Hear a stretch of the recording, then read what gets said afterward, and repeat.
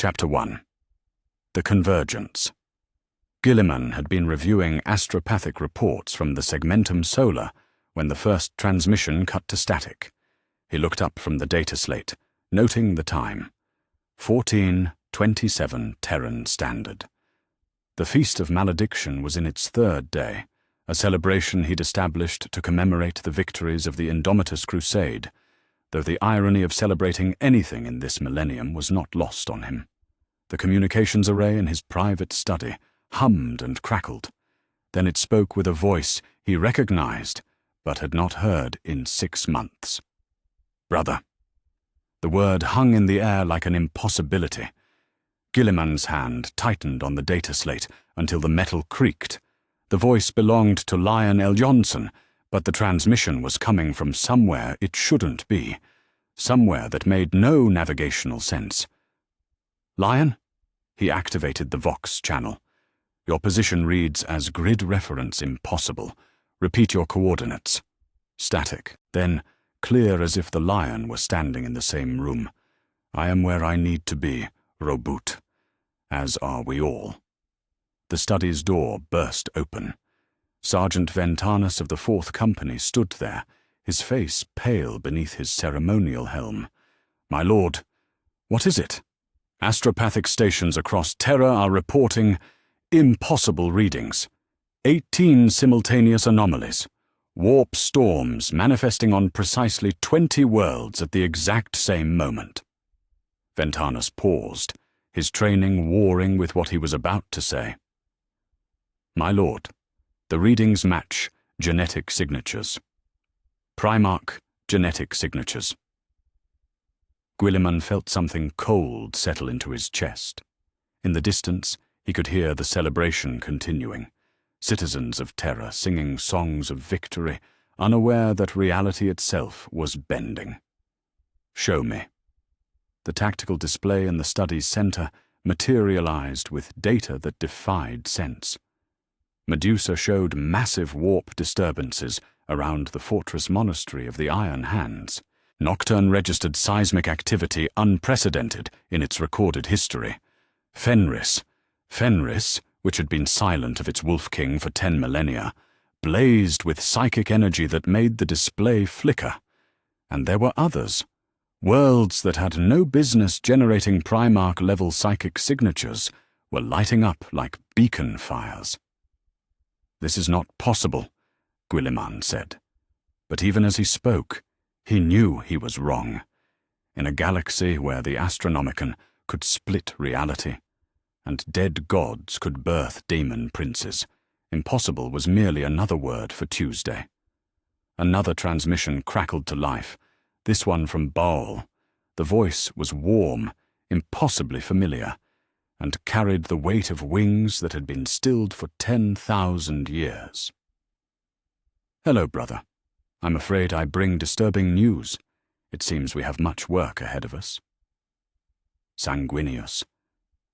Guilliman's knees nearly buckled. The angel's voice was exactly as he remembered it. Gentle, sorrowful, carrying that peculiar mix of divine beauty and human warmth that had made him beloved across the galaxy.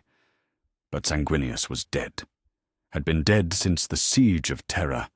Horus had killed him personally. The Vox crackled again. A different voice now, rougher, touched with an accent that belonged to the icy wastes of Fenris. "Well, this is a fine mess we've found ourselves in." A bark of bitter laughter. "Hello, Guilliman. It's been a while." Russ. Lehman. Russ, who had vanished into the eye of Terra on some mad quest and never returned. Guilliman sank into his chair, the data slate forgotten.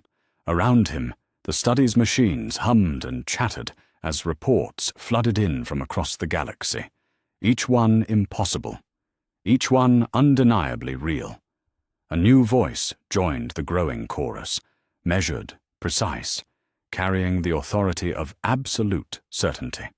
"Brothers, I believe an explanation is in order." Ferrus Manus, who had died at Istvan Fef, whose head Fulgrim had taken as a trophy. The tactical display updated again. 20 worlds, 20 impossible readings. And then, as Guilliman watched, 2 more signatures appeared directly above Terra, in orbit, where nothing should be, where the orbital stations would have detected any approaching craft. The lost Primarchs, the 2nd and the 11th, whose names had been erased from history, whose legions had been disbanded and their gene seed destroyed. Even thinking about them caused a peculiar blankness in the mind, a psychic void that the Emperor himself had carved into reality. But they were there, on the display, real. Ventanus was speaking, reporting casualty figures from somewhere. But Guilliman could no longer hear him. The weight was settling on him now. Not physical weight, but something deeper. The psychic pressure of 19 other demigod souls suddenly existing in the same reality. He had felt something like it once before, briefly, when the Emperor had spoken through him during his resurrection. But this was different, distributed, a symphony of power that made his teeth ache. And then, impossibly, the last voice joined the choir. The voice that should not exist. The voice that belonged to the greatest traitor in human history. Father's sons gather once more. The words carried a weight of sorrow that could break worlds. I suppose we have much to answer for.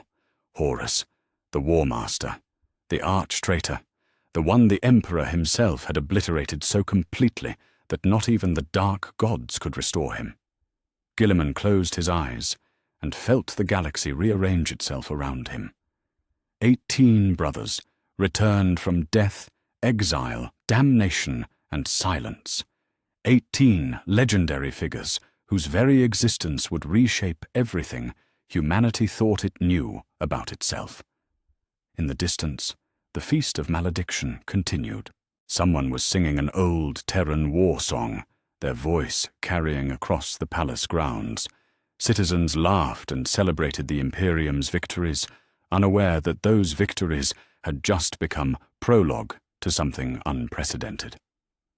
Guilliman opened his eyes and looked at the tactical display. 20 worlds, 20 returned sons of the Emperor, and somewhere in the warp he could swear he felt something vast and ancient watching them all, pleased with what it had wrought. "Get me a Vox link to the Golden Throne," he told Ventanus. "Highest priority. The Emperor needs to know." But even as he spoke, Guilliman suspected the Emperor already did know. Had always known. Had, perhaps, orchestrated this exact moment through 10,000 years of careful planning. The weight of 18 other demigod presences pressed against his mind like a promise and a threat. His brothers were back. All of them. And the galaxy would never be the same. Outside the study windows, the first reports were beginning to reach the celebrating crowds. Voices raised in confusion, then wonder, then something approaching hysteria. The Feast of Malediction was becoming something else, entirely. The first day of an age that had no name yet. Guilliman stood, feeling the full weight of what was about to begin. 18 brothers. 10,000 years of separation, guilt, and consequence between them, and a galaxy that would have to learn, very quickly, how to accommodate the return of legends. He activated his personal vox and spoke into the swirling storm of impossibility that had become his reality. "This is Robert Guilliman, Lord Commander of the Imperium. All Imperial forces are to maintain defensive positions and await further orders. No hostile action is to be taken against any of the entities manifesting on the listed worlds without express command authorization. As of this moment, the Imperium is under condition ultima." He paused, looking at the tactical display that showed 18 impossible readings scattered across the galaxy like stars. "The Primarchs have returned. All of them. Emperor, preserve us." Chapter 2. Recognition and Rejection. Captain Tushan of the Salamanders. Third Company was kneeling in the forge sanctum of Mount Deathfire when the mountain began to sing.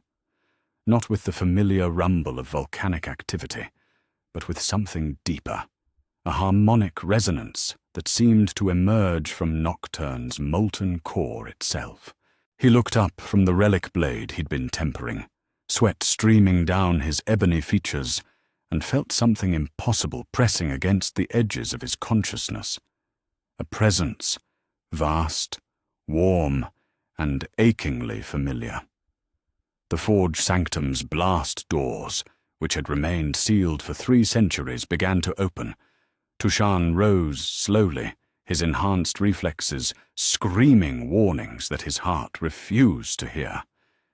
Beyond those doors lay the chamber of the eternal flame, the sacred space where Vulcan had forged the first artifacts of their legion, 10 millennia ago. No one entered that chamber. It was forbidden, warded by technologies older than the Imperium itself, but someone was walking out of it. The figure that emerged from the blazing light was impossibly tall, broader than any Astartes, with skin the color of charcoal and eyes like molten gold. He wore simple robes that somehow managed to contain a frame designed for war, and in his hands he carried a hammer that radiated heat like a captive star. "My son," Vulcan said, and Tushan felt his knees buckle. It has been far too long. 3,000 kilometers above Nocturne, Admiral Corvanus of the Battlefleet Solar received the astropathic communique from Terra, with the kind of professional calm that came from 30 years of service.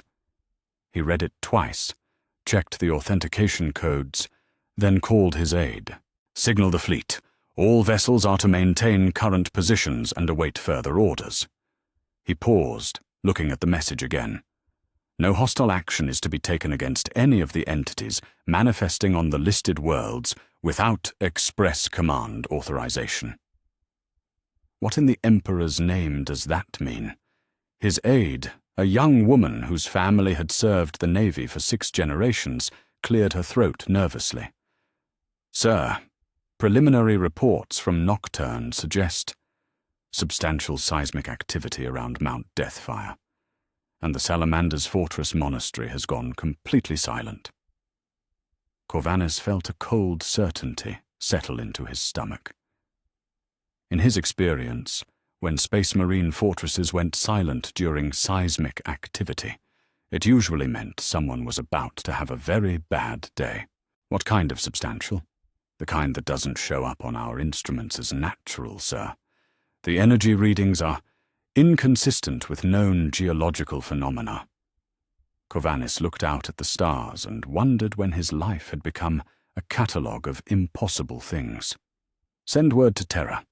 Request clarification on rules of engagement, and get me a direct line to Captain Tushan. Sir, we've been trying to reach the Salamanders for the past 6 hours. No response." Of course there wasn't. On Terra, in the emergency session chamber deep beneath the Imperial Palace, High Lord Eckharth slammed his augmetic fist against the obsidian table and let his voice carry the weight of 2 centuries of Imperial service. "This is nonsense. Primarchs do not simply return from the dead. The reports are clearly the result of mass hallucination, warp corruption, or enemy action. I will not have this council panicking over ghost stories and sensor phantoms." Around the table, 11 other High Lords sat in various states of confusion, denial, and barely contained terror. Lord Commander Gilliman was notably absent. He had departed Terra 6 hours ago without explanation, leaving behind only the cryptic message that he was attending to family matters. "The gene scans are authentic," said High Lord Trazior, master of the Adeptus Astra Telepathica. She was pale, had been pale since the first astropathic reports began flooding in. "I've verified them personally. The psychic resonance patterns match historical records perfectly." Historical records that could be fabricated by any competent psyker with access to the archives, Eckarth replied. This is clearly an Alpha Legion operation. They've been quiet too long. This reeks of their methodology. All of them? Trazior's voice carried a dangerous edge. Magnus the Red standing before the Golden Throne? Sanguinius manifesting on Baal? Ferrus Manus walking the halls of Medusa? You think the Alpha Legion managed to simultaneously impersonate 18 Primarchs across 20 different worlds?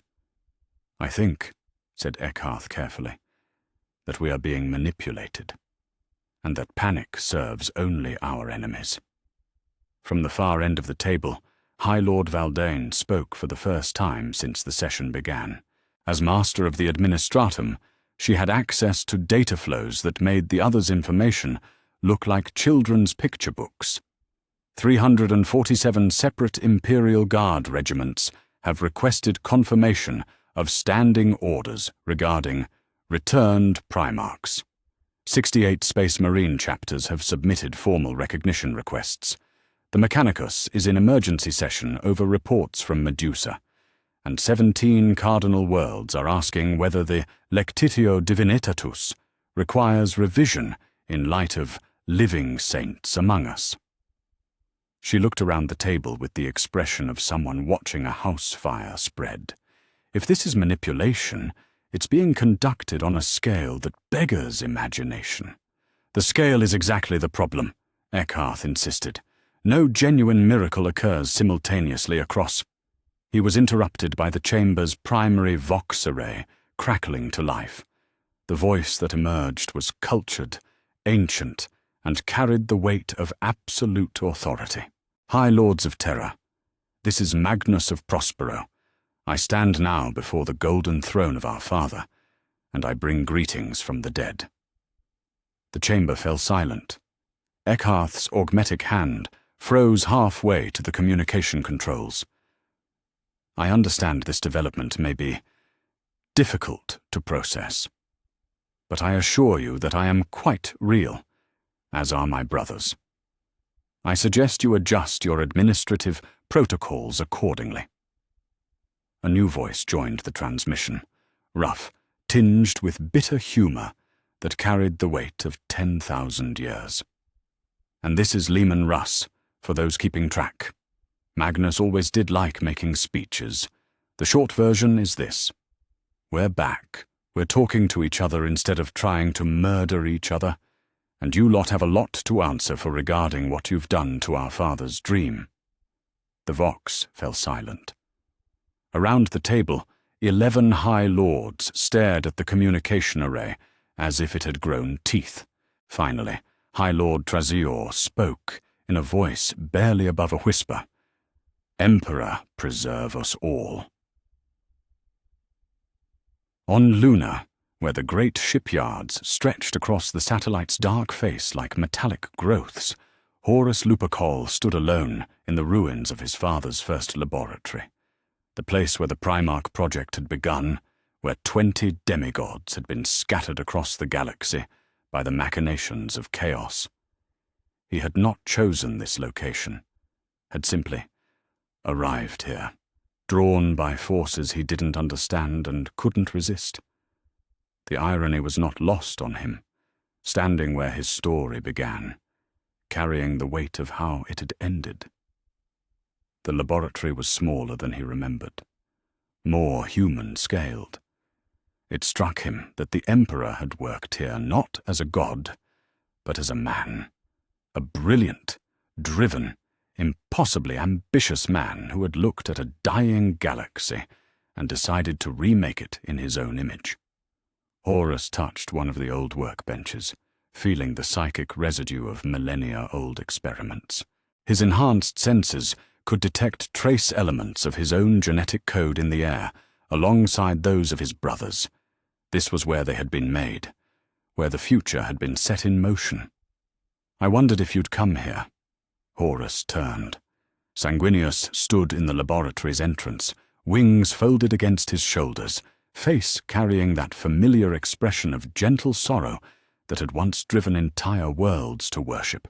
Brother, Horus said, and found his voice catching on the word. I?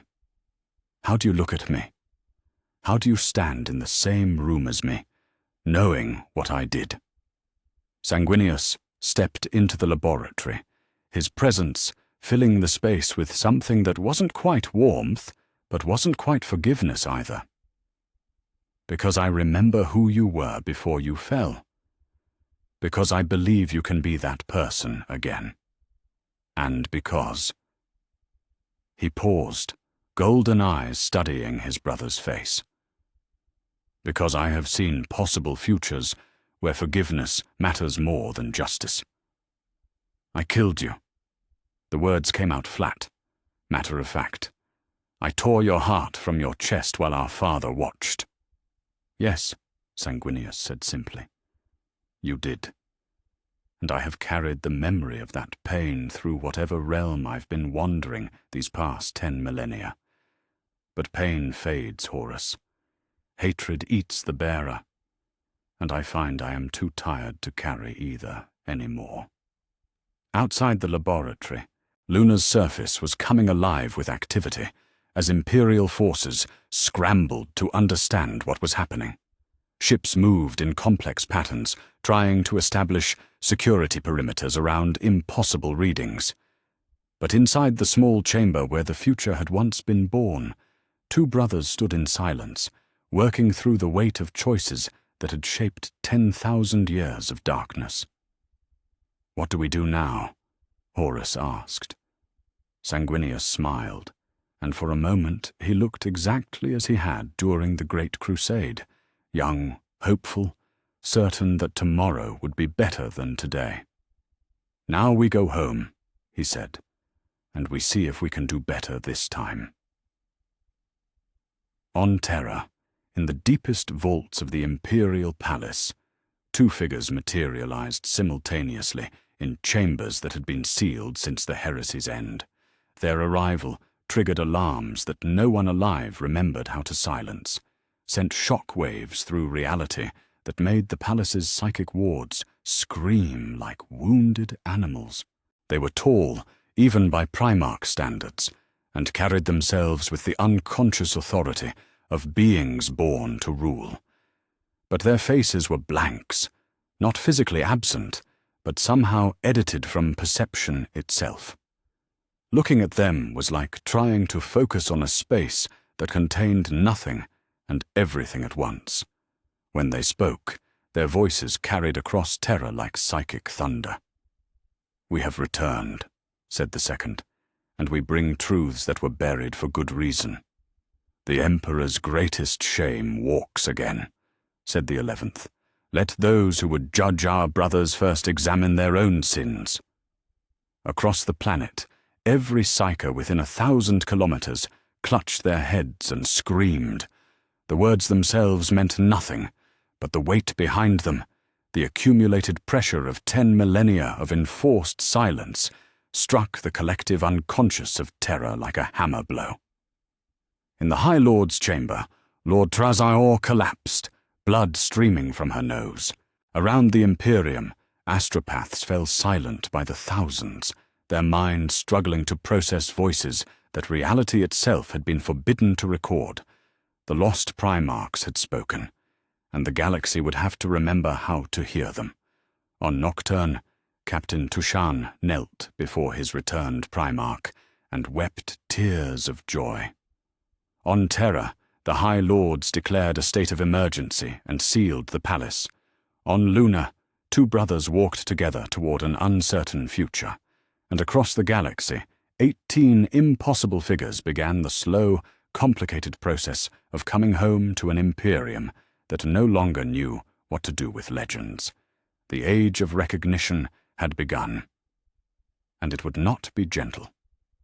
Chapter 3. Brothers in the Storm. The rendezvous point Guilliman had chosen was a system the Imperium had officially designated as Mortis Class Inimical, a dead world orbiting a dying star where nothing had lived for 60 million years. No strategic value, no resources worth claiming, no reason for anyone to visit, except to test exotic weapons on lifeless stone. Perfect for a conversation that could reshape the galaxy. Lionel Johnson's ship translated out of the warp 3 hours before the agreed time, because the Lion had always been early to everything that mattered. Gilliman's flagship, the Macrager's Honor, was already waiting in high orbit, running silent, its massive bulk blotting out stars. They met on the surface, in a crystal desert that stretched to the horizon like a sea of broken glass. Two demigods standing alone on a world that had forgotten how to sustain life, facing each other across 10,000 years of separation and 6 months of impossible change. "Brother," Gilliman said, and the word carried more weight than he'd expected. The Lion looked exactly as Gilliman remembered him. Tall, pale, with the kind of austere beauty that belonged on stained glass windows. But there was something different in his eyes, a tiredness that hadn't been there during the heresy, the weight of sleeping through 10 millennia while the galaxy burned. "You look older," Lionel Johnson said. "I am older. I've been awake." Gilliman gestured at the crystal formations around them. "I've been trying to hold the Imperium together while you've been—" "Where were you exactly?" "Luther said you were sleeping in the rock, but my scouts never found any trace. In the forest, walking paths between one moment and the next. Caliban's ghost has many secret places." The Lion's voice carried the familiar note of someone who expected his words to be sufficient explanation simply because he'd spoken them. Some things never changed. I felt them returning, all of them. Even the ones who shouldn't be able to return. "Horus," Gilliman said, "among others. I've been monitoring Imperial transmissions. Magnus stands before the Golden Throne and speaks to the High Lords, as if 10,000 years of betrayal never happened. Sanguinius walks among his sons as if he never died. And you," the Lion studied his brother's face, "you're afraid." "Terrified," Gilliman admitted. "Not of them individually. I trust Sanguinius with my life, I always have. But all of them together. The political implications alone could shatter the Imperium. And that's assuming they're actually our brothers and not some elaborate deception. They're real." The certainty in the Lion's voice was absolute. "I can feel them. All 18. The psychic pressure is considerable."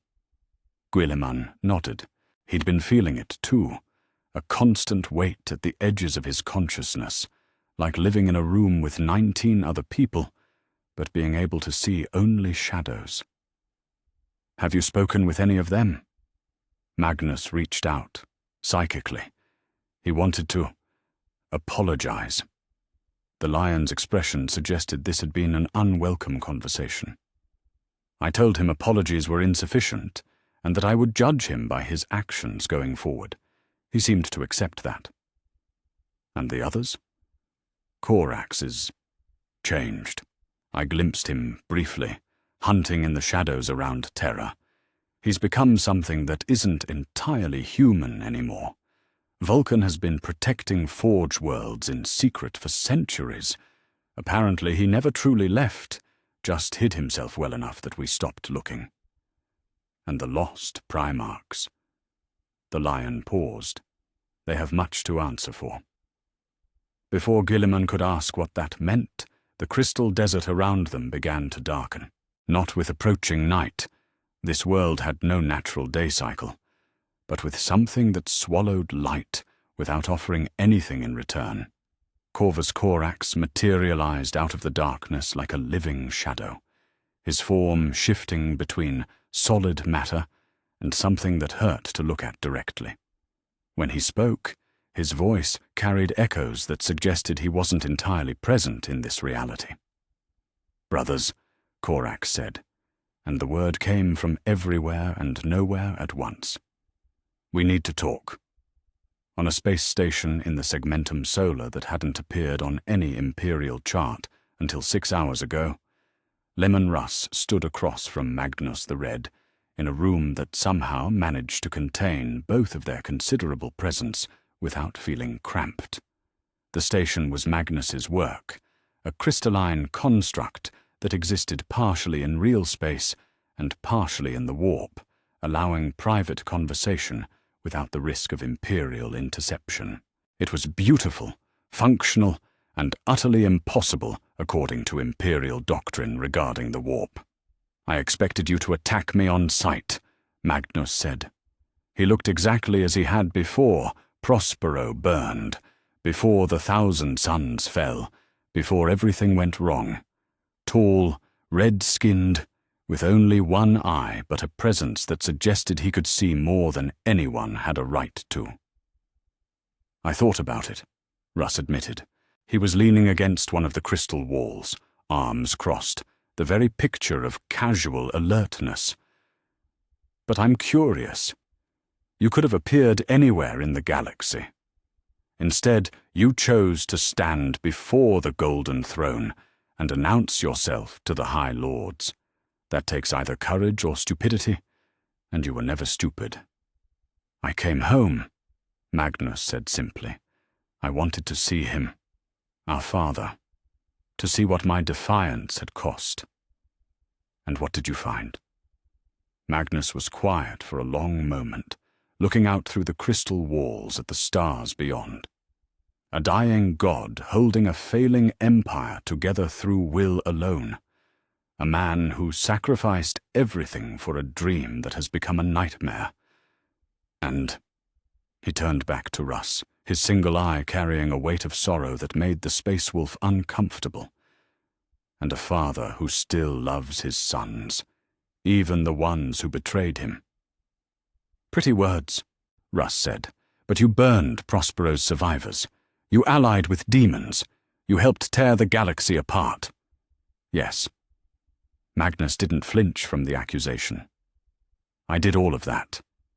I told myself it was necessary, that the corruption of my legion left me no choice, that serving Tzeentch was the price of survival. But the truth is simpler and uglier than that." He met Russ's gaze directly. "I was angry, hurt, betrayed by the father I'd tried so hard to serve. So I decided to hurt him back, no matter what it cost." Russ studied his brother's face, looking for deception, for the subtle wrongness that would mark Magnus as still corrupted. He found only exhaustion, and something that might have been genuine remorse. "You're not a daimon anymore," Russ observed. "How is that possible?" "I don't know. When I manifested 2 days ago, the connection was simply gone. Tzeentch's mark, the demonic essence, all of it. I'm as I was before the heresy, with all my memories intact but free of outside influence." Magnus paused. "The same is true of our other fallen brothers. Angron is no longer a demon prince of Khorne. Mortarion breathes clean air for the first time in 10 millennia. Whatever power brought us back stripped away our corruption, but left us with the full weight of our choices. That's a heavy burden. Yes, it is." Magnus turned back to the window. "I've had 2 days to remember what it feels like to think clearly, without the constant whisper of a chaos god in my mind. 2 days to truly comprehend what I helped unleash upon the galaxy. The weight of it is considerable." Russ pushed himself off the wall and walked over to stand beside his brother. For a moment they stood in comfortable silence, watching the stars wheel past the crystal observatory. "So what do we do now?" Russ asked. "Now we try to earn forgiveness that we don't deserve. We work to repair what we helped break, and we pray that our Father's love is deeper than our sins." Russ nodded slowly.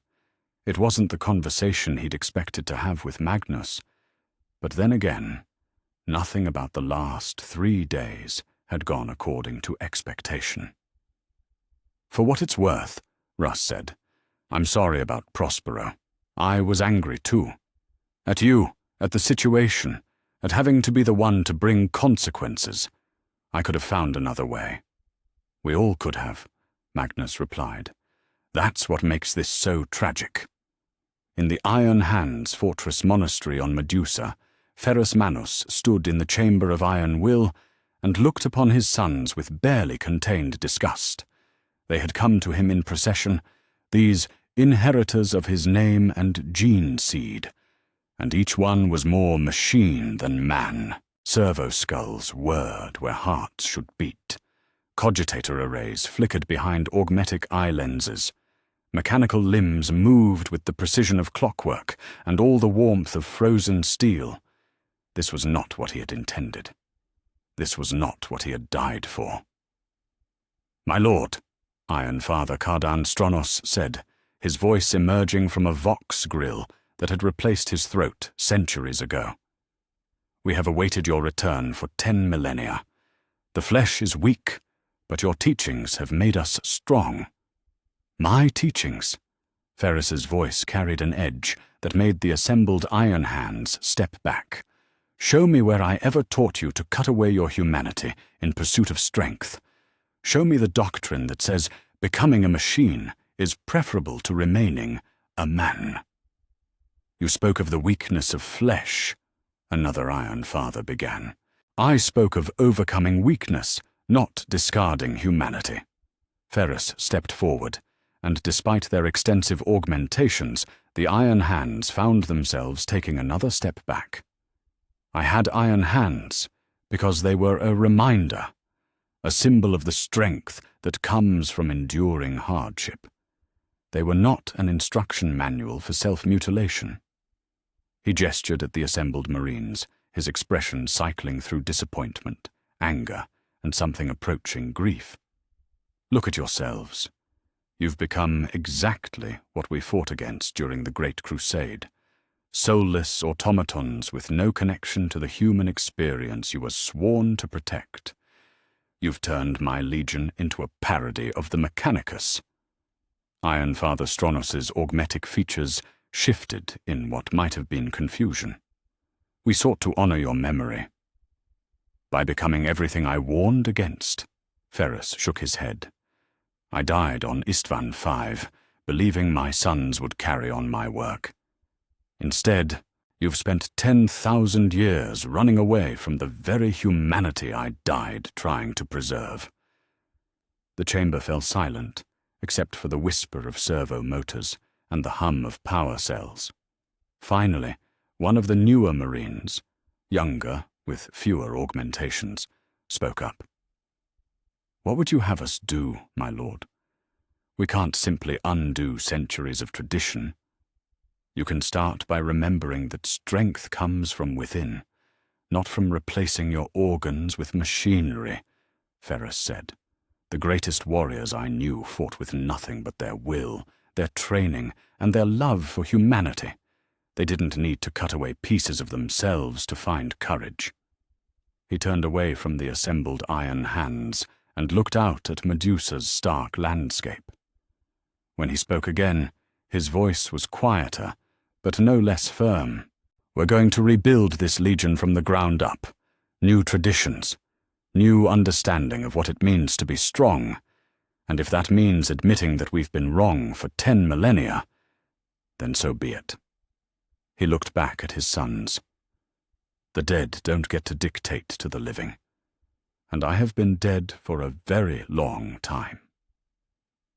3 days after the convergence, on a dead world where crystal formations caught the light of a dying star, 21 figures gathered in a circle that had not been seen since before the heresy tore the galaxy apart. Not all of them were entirely human anymore.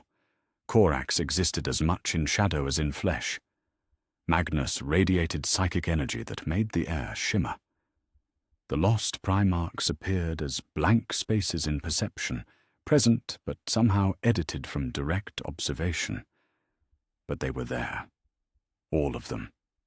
For the first time in 10,000 years, Horus stood at the center of the circle, and when he spoke, His voice carried the weight of uncountable regrets. "Brothers," he said, "we have much work to do." The age of brotherhood had begun again, and the galaxy would never be the same. Chapter 4. The Council of 20 Istvan Fife had not changed. 10,000 years had passed since the drop site massacre, since the moment when half the Emperor's sons revealed their betrayal, and the Great Crusade died in blood and treachery, but the killing ground remained exactly as it had been. The black sand still bore scorch marks from plasma weapons. Broken ceramite and twisted metal littered the valley floor like the bones of giants, and in the center of it all, where Ferrus Manus had died, and the heresy had truly begun, 21 figures sat in a circle that encompassed the entire scope of human ambition and failure. Ferrus had chosen the location deliberately. "If we're going to have a reckoning," he'd said when proposing the meeting site, "let's have it where reckonings belong." The circle was arranged without regard for old loyalties or allegiances. Horus sat across from Sanguinius, who had died by his hand. Magnus was positioned between Russ and Corax, his executioner, and his shadow-touched brother. The lost Primarchs occupied spaces that seemed to exist slightly outside normal perception, present but somehow apart from the rest. For a long moment, after they had all gathered, no one spoke. The weight of 10 millennia pressed down on the valley like a physical force, and each Primarch seemed lost in memory of what this place had cost them all. Finally, Horus rose to his feet. The movement drew every eye to him, and for a moment he looked exactly as he had during the Great Crusade, tall, confident, born to command. But when he spoke, his voice carried a weight that hadn't been there before the fall. "Brothers," he said, and the word came out like a confession. "I stand before you as the architect of our greatest failure.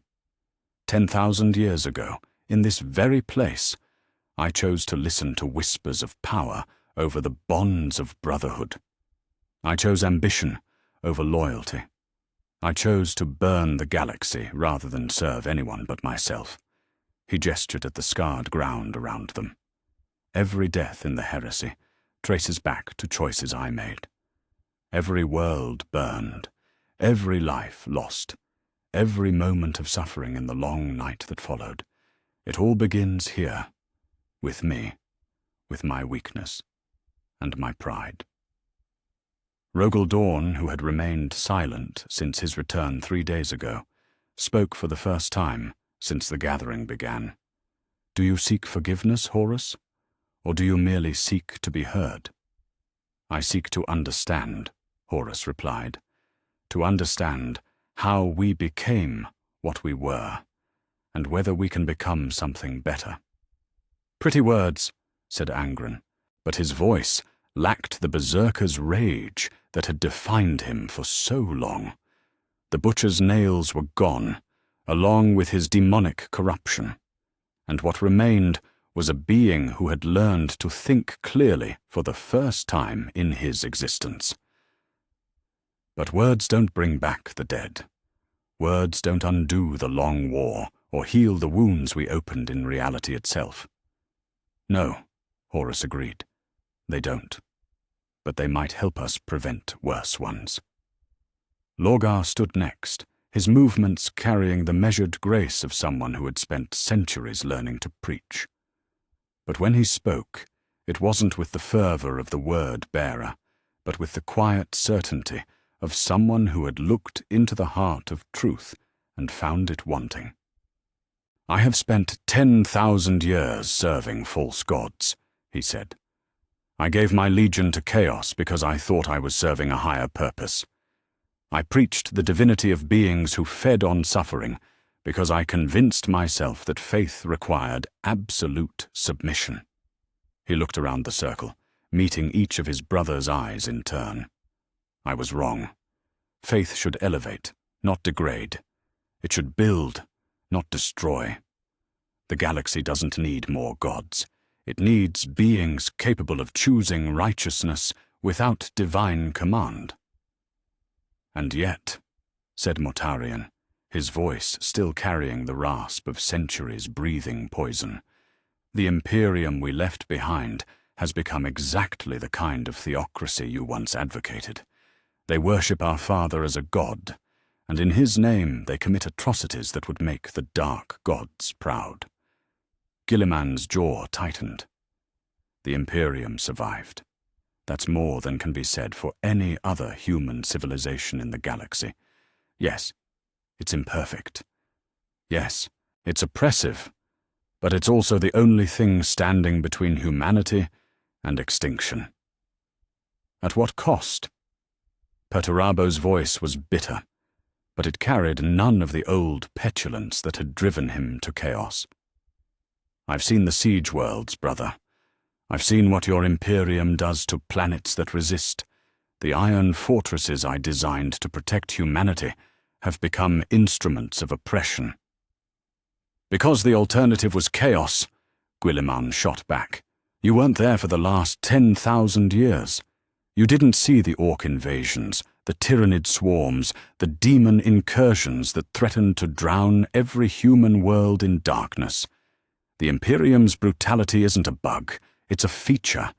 It's the price of survival in a galaxy that wants us dead. Is it?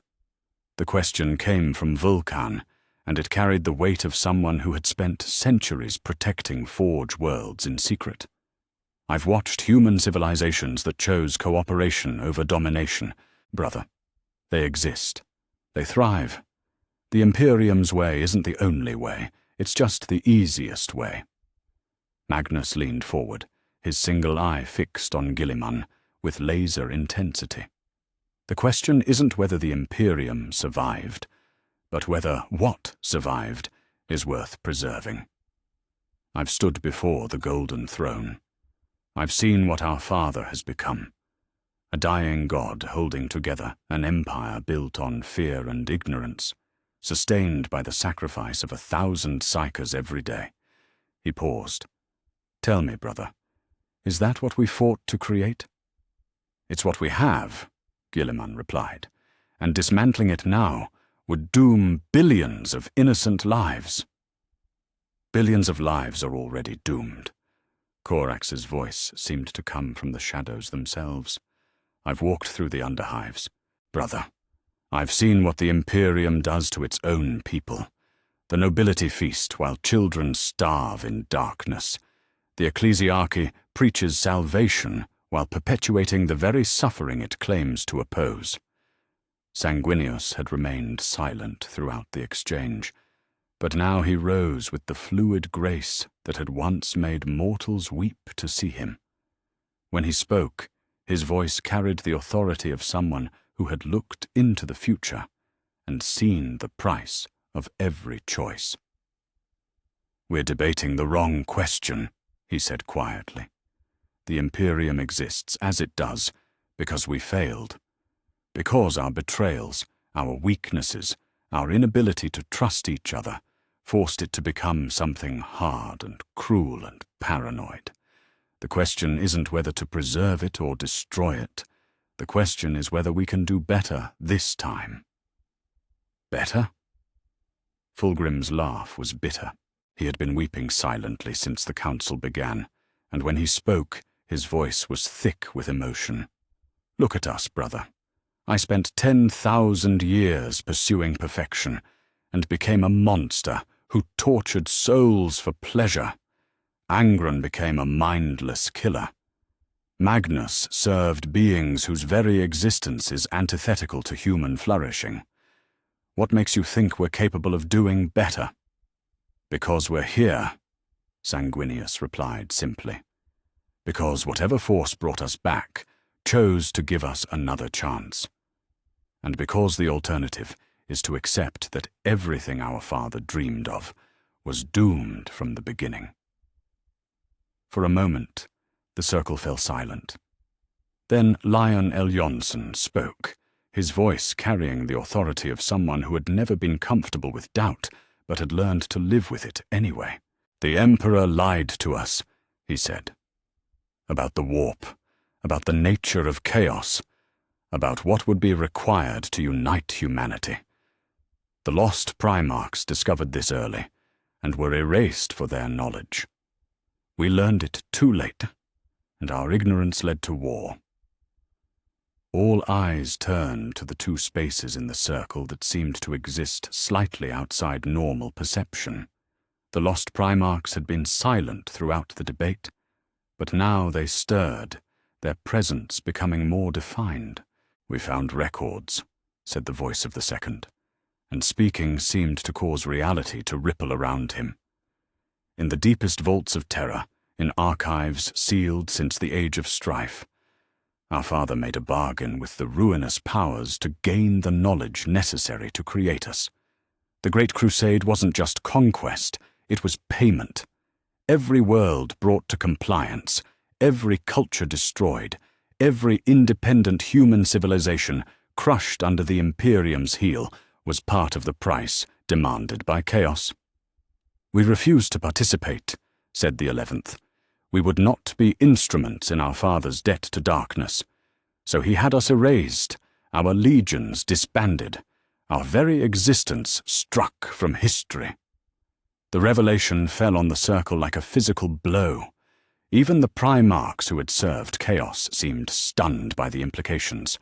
"You're saying," Magnus said slowly, "that every atrocity of the Great Crusade, every act of cultural genocide, every forced compliance, all of it was designed to feed chaos?"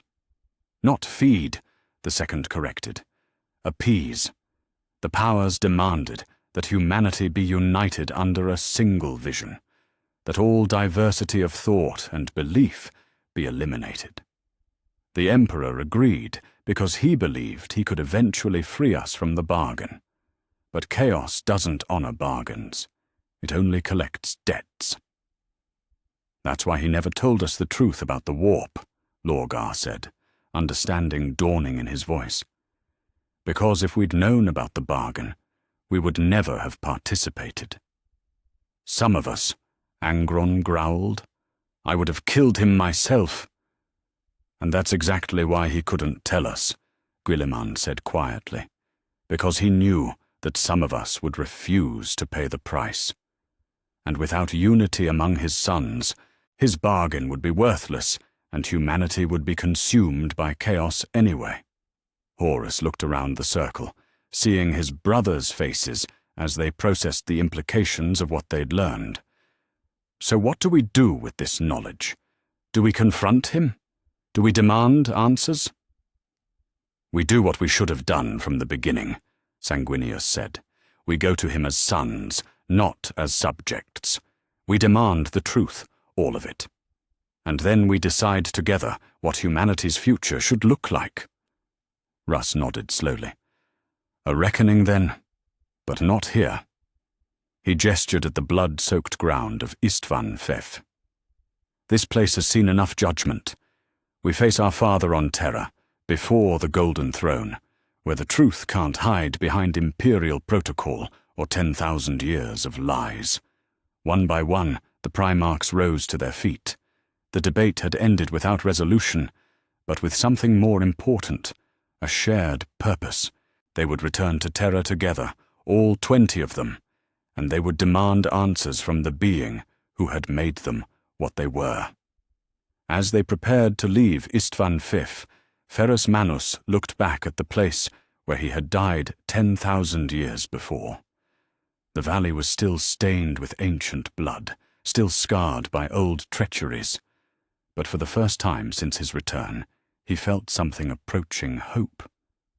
They were going home, all of them, and this time maybe they could find a way to do it right. The Council of 20 had ended. The reckoning with their father was about to begin. Above them, 21 ships translated into the warp, their courses set for Terra, and a confrontation that would reshape the galaxy's understanding of truth, power, and the price of survival. The age of answers was at hand. Chapter 5. The Master of Mankind. The throne room of the Emperor had not been designed for 21 beings of Primarch stature, built in an age when the master of mankind walked among mortals and received supplicants one at a time. The vast chamber felt almost intimate with all of his sons gathered before the golden throne. They had come as one. 20 figures who had once torn the galaxy apart through division, now united in purpose, if not in ideology. The custodian guard had watched them approach in silence. 10,000 years of protocol had not prepared them for this moment. How do you challenge the gene sons of your master when they arrive together, when their combined presence makes the very air shimmer with psychic energy? The golden throne itself dominated the chamber's far end, a massive construction of archaeotech and faith that had kept the Astronomicon burning for 10 millennia. And upon it, more corpse than man, sat the Emperor of mankind. He looked smaller than any of them remembered. The flesh was withered, desiccated, held together by machinery and will, but the eyes, those ancient, terrible eyes, burned with the same intelligence that had once walked among the barbarian tribes of Terra and dreamed of uniting the stars.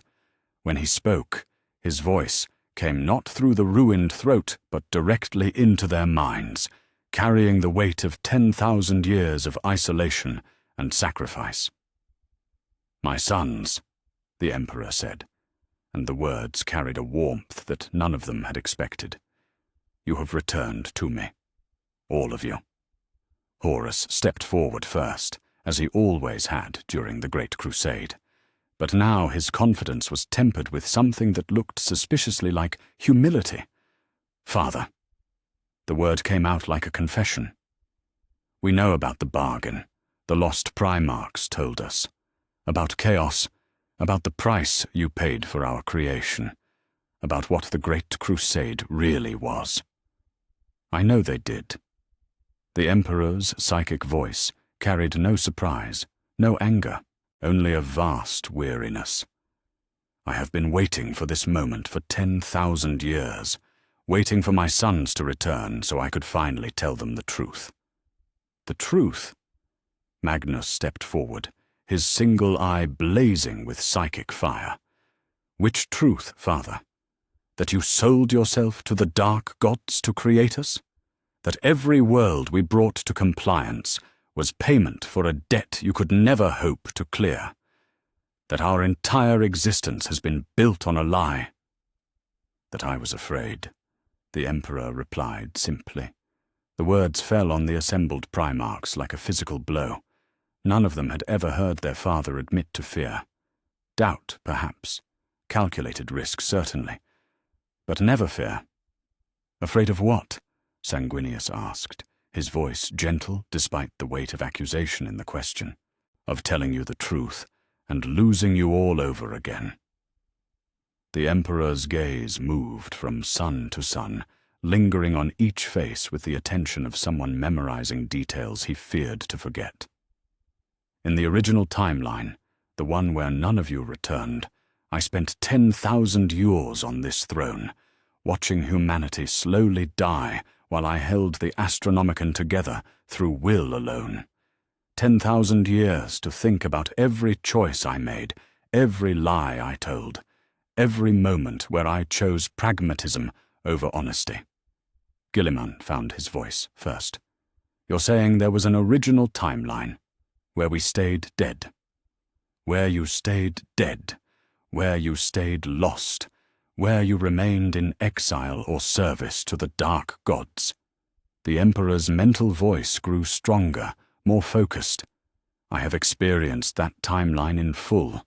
I have seen how it ends, with humanity's extinction, with chaos triumphant, with everything I built crumbling to ash. It was only in the final moments, as the last human world fell to darkness, that I realized my greatest mistake."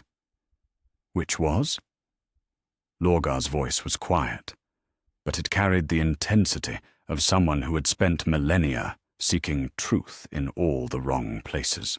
I tried to save humanity by lying to the only beings capable of truly helping me save it. The Emperor's attention focused on Lorgar with laser intensity.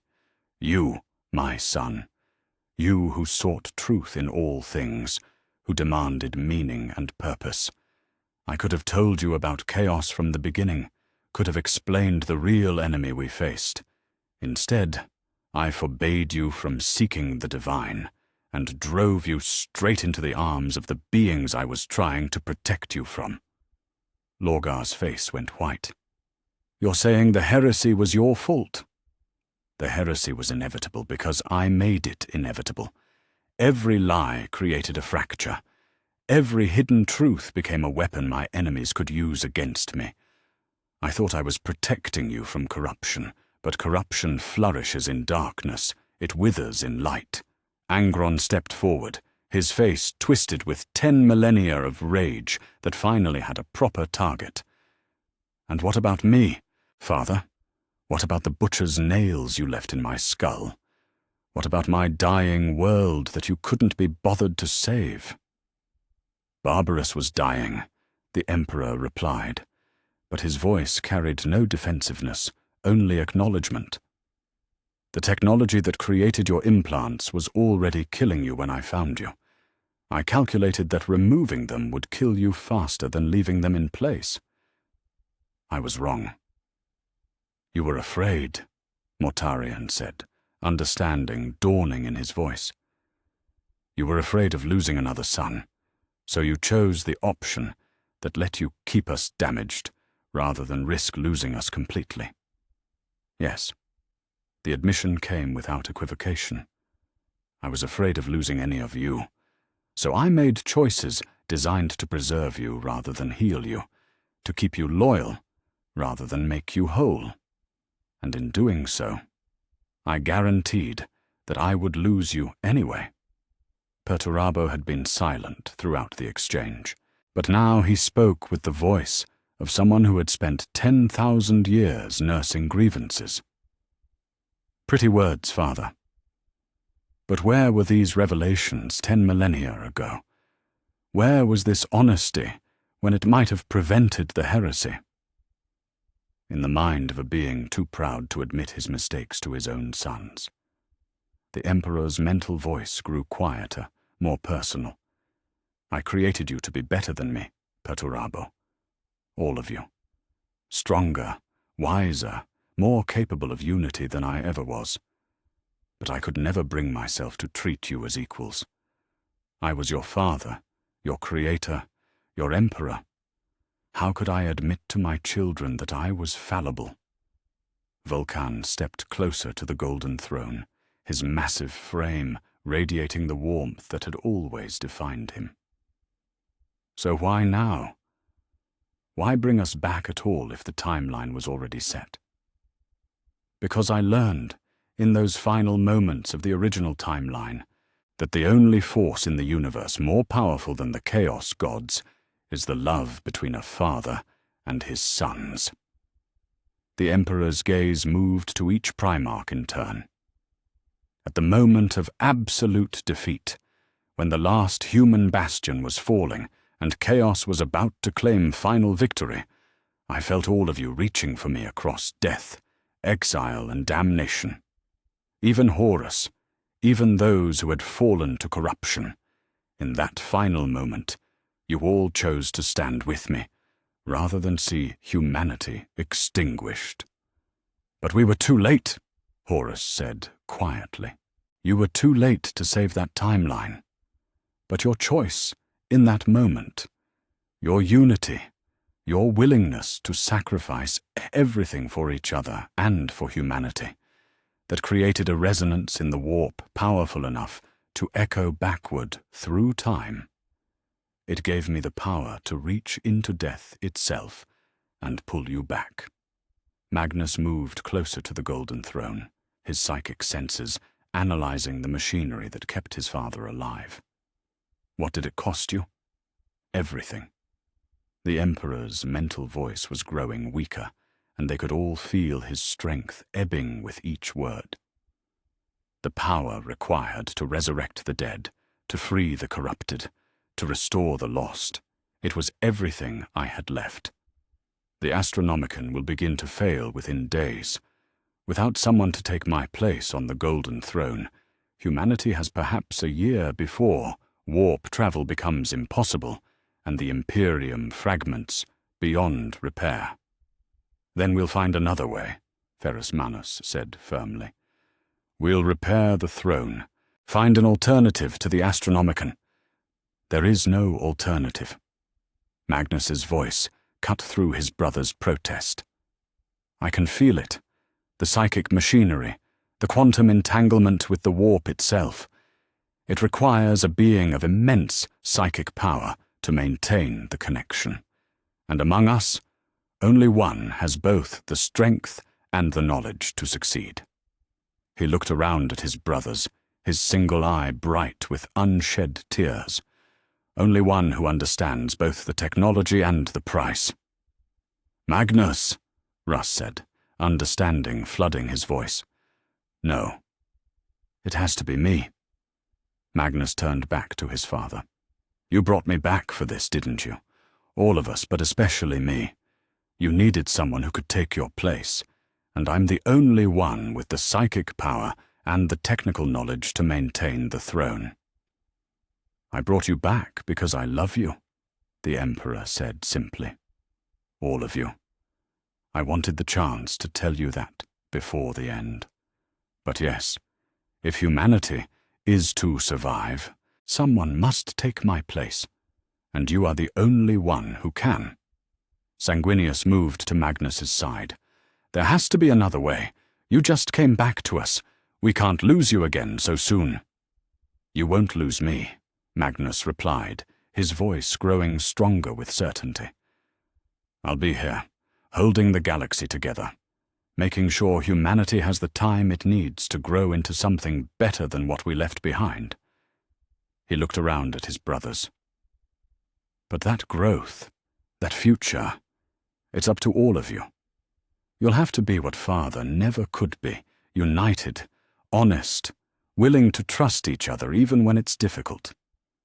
Angren stepped forward, his face showing an emotion none of them had ever seen there before. Gratitude. You're giving us a chance to do better.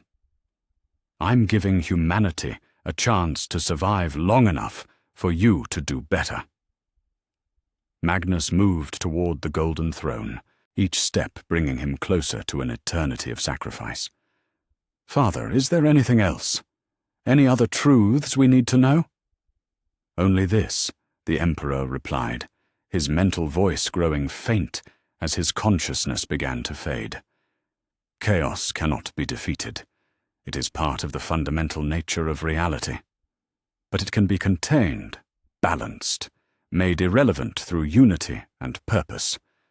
The galaxy is vast enough for humanity to grow beyond its need for gods, beyond its need for masters. His gaze moved to each Primarch one final time.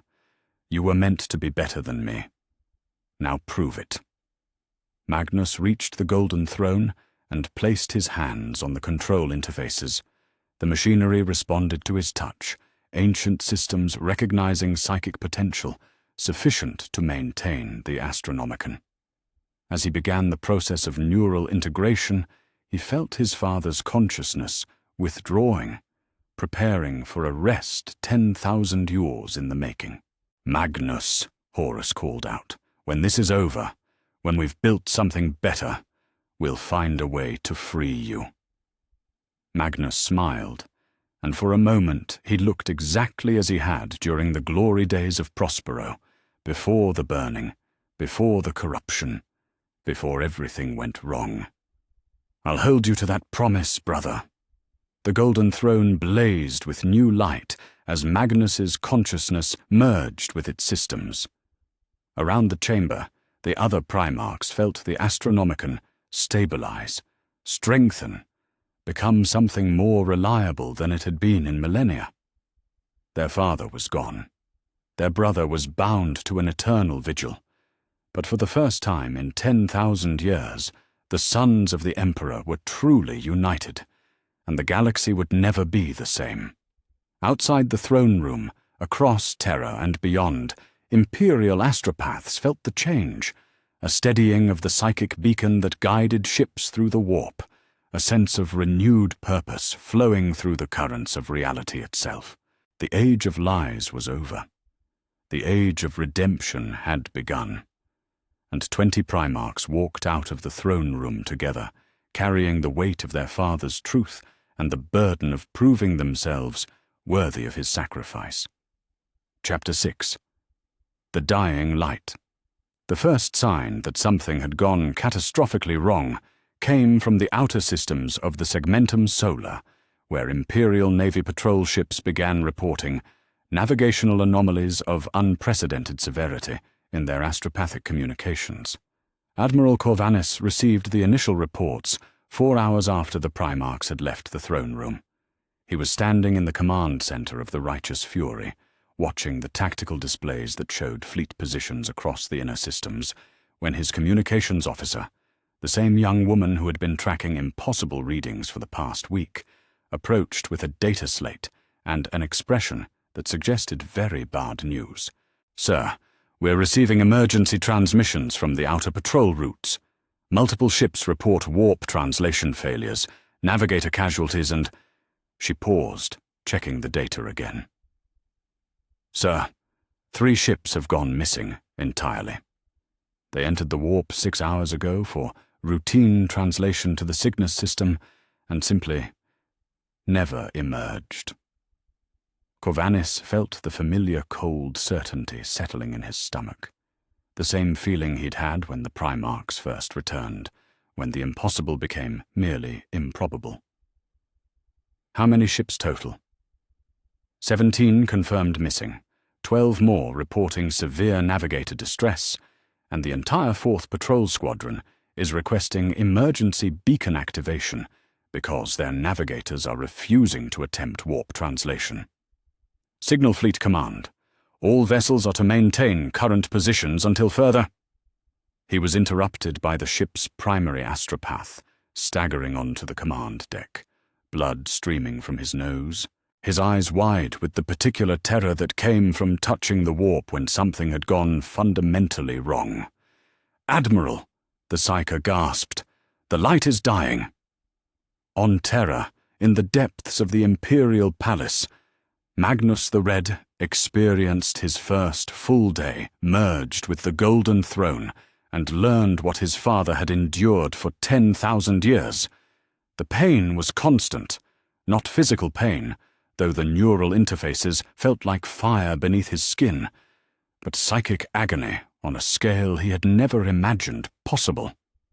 Every human soul in the galaxy pressed against his consciousness, a billion separate voices crying out in fear, hope, desperation, and faith.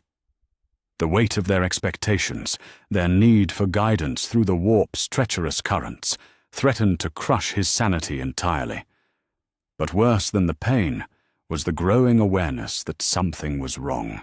The Astronomicon, which should have blazed with renewed strength under his guidance, flickered like a candle in a windstorm. He could feel the beacon's reach contracting, pulling back from the galaxy's outer edges as his consciousness struggled to maintain the psychic architecture his father had built. "Magnus." The voice came from beside the Golden Throne, and Magnus turned his awareness toward it without opening his physical eyes. Sanguinius stood there, his wings folded tight against his shoulders, his face carrying the expression of someone watching a loved one suffer. "Brother," Magnus replied, his psychic voice strained with the effort of maintaining both conversation and the Astronomicon. "You should not be here. The psychic pressure in this chamber could kill even a Primarch. You're in pain." "I'm in agony."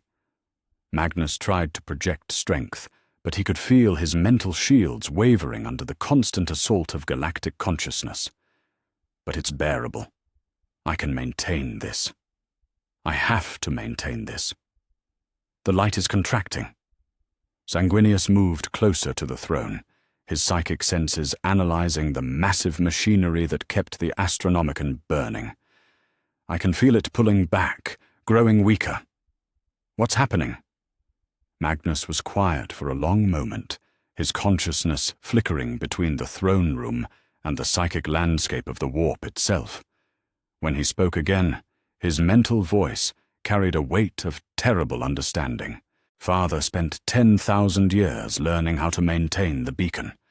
10,000 years of practice, of building the neural pathways necessary to interface with the throne's systems. I have been here for 6 hours. He paused, and Sanguinius could feel his brother's growing desperation. I'm not strong enough. Not yet. Maybe not ever. How long do we have? At this rate of decay? Days. Perhaps weeks, if I push myself to the breaking point. But I can feel it. The beacon is becoming unstable. Ships are already being lost in the warp. Sanguinius felt something cold settle in his chest. Then we need to evacuate the outer systems, consolidate Imperial forces around Terra. No. Magnus's mental voice grew stronger, more focused. If we abandon the outer systems now, we lose half the Imperium permanently. Chaos will claim every world we can't protect, and even if I eventually master the throne, there will be nothing left to guide ships toward. Then what do you propose? Time. I need time to adapt, to learn the throne systems properly, and I need our brothers to buy that time by holding the Imperium together through whatever comes next. In the High Lord's emergency chambers, Grand Provost Marshal Eckarth stood before a tactical display that showed the Imperium fragmenting in real time. Red warning icons appeared across the galactic map as communication with outer systems failed, trade routes collapsed, and entire sectors reported that their astropathic choirs had fallen silent. This is exactly what I warned against, he said to the assembled High Lords, his augmetic voice carrying the satisfaction of someone whose predictions had been vindicated. The returned Primarchs have destabilized the very foundations of imperial governance. Their presence has somehow corrupted the Astronomicon itself. The reports suggest the opposite, said High Lord Trazior, though her voice lacked its usual conviction. The navigator houses are unanimous. This isn't corruption. This is the beacon adapting to a new psychic architecture. Magnus the Red has replaced the Emperor on the Golden Throne. Magnus the Red, Eckarth repeated, his tone making the name sound like a curse. The traitor sorcerer who burned Prospero and served the dark gods for 10 millennia. And we're supposed to trust him with the most sacred duty in the Imperium? Around the table, 11 High Lords exchanged glances that spoke volumes. For 10,000 years, they had ruled the Imperium in the Emperor's name, maintaining order through rigid bureaucracy and absolute authority. The return of the Primarchs threatened not just their power, but their entire understanding of how the galaxy should be governed. Lord Commander Gilliman has been unreachable since the incident at the throne room, said High Lord Valdane carefully. Our attempts to establish communication with him have been unsuccessful. Because he's complicit, Eckarth snapped. All of them are. This return from the dead is nothing more than an elaborate chaos deception designed to destabilize the Imperium from within. And it's working. Then what do you propose? Trazior asked. Eckarth smiled, and the expression looked wrong on his augmetic features. Emergency protocols. Article 7 of the High Lord's Charter gives us authority to assume direct control of Imperial forces in cases of existential threat to the Imperium's survival. We invoke that authority now, declare the returned figures heretical impostors, and restore proper order before it's too late. You're talking about civil war, Valdane said quietly. I'm talking about survival. The Imperium has endured for 10,000 years, because it has remained unchanged, stable, predictable. These Primarchs represent chaos incarnate, the very thing our institutions were designed to prevent. Eckarth looked around the table, meeting each High Lord's gaze in turn. The choice is simple. We act now to preserve the Imperium as it was meant to be, or we watch it burn while false gods play at being heroes. One by one the High Lords voted. When the tally was complete, 8 had voted to invoke Article 7. 3 had voted against. 1 had abstained. The Imperium was now officially at war with its own legends. Jagatai Khan received word of the High Lord's declaration while leading a lightning raid against Chaos cultists in the Segmentum Solar's outer reaches. His response was to laugh, a sound his white scars hadn't heard in 10,000 years, and order an immediate course change toward Terra. "My Khan," Captain Chin Shah of the Brotherhood of the Storm asked, "shall we return to Terra to deal with this foolishness?" "No," Jagatai replied, his scarred face splitting into a grin that would have made his enemies reconsider their life choices. "We let our brothers handle the politicians. We have more important work." He gestured at the tactical display showing chaos incursions across a dozen systems. "The enemy moves while the Astronomicon flickers. They think we're weak, divided, vulnerable. They're about to learn how wrong they are." 600 kilometers away, Leman Russ received the same reports and had a remarkably similar reaction. The Space Wolves under his command watched their Primarch read the High Lord's declaration, crumple the data slate in his massive fist, and issue orders that would be talked about in the sagas for centuries to come. "The High Lords think they can declare us heretics?" Russ growled, his voice carrying across the command deck of his flagship. "Let them try. We have bigger wolves to hunt." Within hours, both Jagatai Khan and Leman Russ had split their forces into fast-moving hunter packs, each group targeting key strategic points across the Segmentum Solar. While the High Lords debated protocol and politicians maneuvered for advantage, 2 of the Emperor's sons went to work doing what they did best, finding the enemy and destroying them with extreme prejudice. In the shadows between official reports and bureaucratic procedures, Alpharius and Omegon moved through the Imperial Palace like ghosts made manifest. The returned Alpha Legion Primarchs had spent their first week back mapping the labyrinthine corruption that 10,000 years of bureaucracy had created, and what they found was both worse and more fixable than they had expected. They worked in perfect synchronization. One would appear in a minister's office to deliver evidence of corruption, while the other was 3 sectors away, preventing a supply convoy from being redirected to line someone's pockets. By the time the High Lord's coup attempt began, the twins had already identified every weak point in the Imperium's administrative structure and begun systematically reinforcing them. "The High Lords have overplayed their hand," Alpharius murmured into his vox, as he watched Imperial Guard units loyal to the old order take positions around the palace. "They've declared war on us, but they've forgotten that we wrote the book on information warfare." "Confirmed," Omegon replied from a command bunker 3 kilometers away, where he was ensuring that certain critical orders would never reach their intended recipients. "Initiating Protocol Omega. The administrative coup dies in the shadows where it was born." Within 6 hours of the High Lord's declaration, every major imperial institution had received classified reports detailing the bureaucratic corruption that the twins had uncovered. Guard commanders found evidence that their supply shortages were the result of deliberate embezzlement. Naval captains discovered that their battle group assignments had been sold to the highest bidders.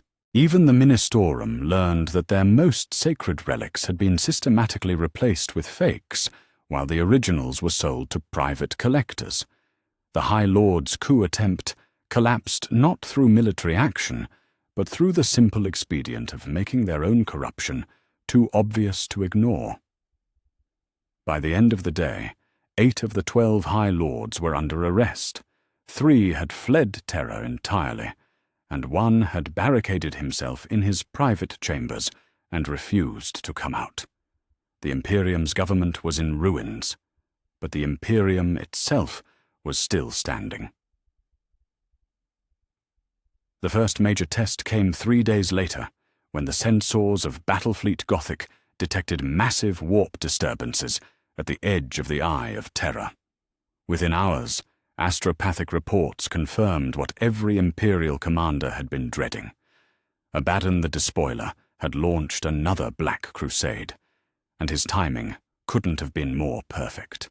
With the Astronomicon flickering and Imperial command structure in chaos, the War Master of Chaos struck with everything he had. 13 demon Primarchs led their legions out of the warp, supported by traitor guard regiments that numbered in the millions. The assault was coordinated, massive, and designed to take advantage of the Imperium's moment of greatest weakness. On Terra, in the throne room where Magnus struggled to maintain the dying light, 20 Primarchs gathered for the second time in as many weeks. But this time, they came not as brothers seeking answers, but as generals preparing for the war that would determine humanity's future. "The question," Guilliman said, as he studied the tactical displays showing Abaddon's advance, "is whether we fight to preserve what exists, or whether we let it burn and build something better from the ashes." Horus looked at the strategic situation, a fragmenting Imperium, a dying beacon of hope, and the largest chaos incursion in 10,000 years, and felt something he hadn't experienced since before his fall. He felt ready for a real challenge. "Brothers," he said, his voice carrying the authority that had once conquered the galaxy, "let's show the War Master what unity actually looks like." The dying light of the Astronomicon flickered, but in the throne room of the Emperor, 20 demigods prepared to prove that some flames burn brightest in the darkness. The real war was about to begin. Chapter 7. Sins of the Father. The Templum Colchis had stood for 10,000 years as the holiest shrine to the God Emperor in the Eastern Galaxy. Its spires reached toward the heavens like prayers made manifest. Its golden halls echoed with the hymns of billions of pilgrims, and its libraries contained the most sacred copies of the Lectitio Divinitatus, the book that had transformed the Emperor from a man into a god. Lorgar Aurelian, first chaplain of the Word-Bearers and architect of the Imperial Creed, stood before the temple's primary altar with a plasma torch in his hands and murder in his heart. "My lord," Cardinal Corfaran said behind him, his voice carrying the particular blend of reverence and uncertainty that had defined their relationship for 10 millennia. "Surely there must be another way. The faithful come here seeking truth." "They come here seeking lies," Lorgar replied without turning around. "Beautiful, comforting lies that I taught them to believe because I was too proud to admit that I had been wrong about everything."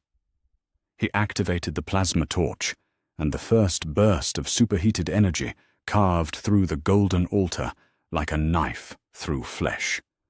The smell of burning metal filled the air, mixing with the incense that had burned continuously for 100 centuries. "This book," Lorgar held up a copy of the Lectitio Divinitatus, its pages illuminated with artwork that had taken 1,000 scribes a lifetime to complete, teaches that the Emperor is divine, that he is perfect, infallible, worthy of absolute submission. It teaches that faith without question is the highest virtue, and that doubt is the greatest sin. He threw the book into the flames consuming the altar, watching as 10,000 years of theological development was reduced to ash in seconds.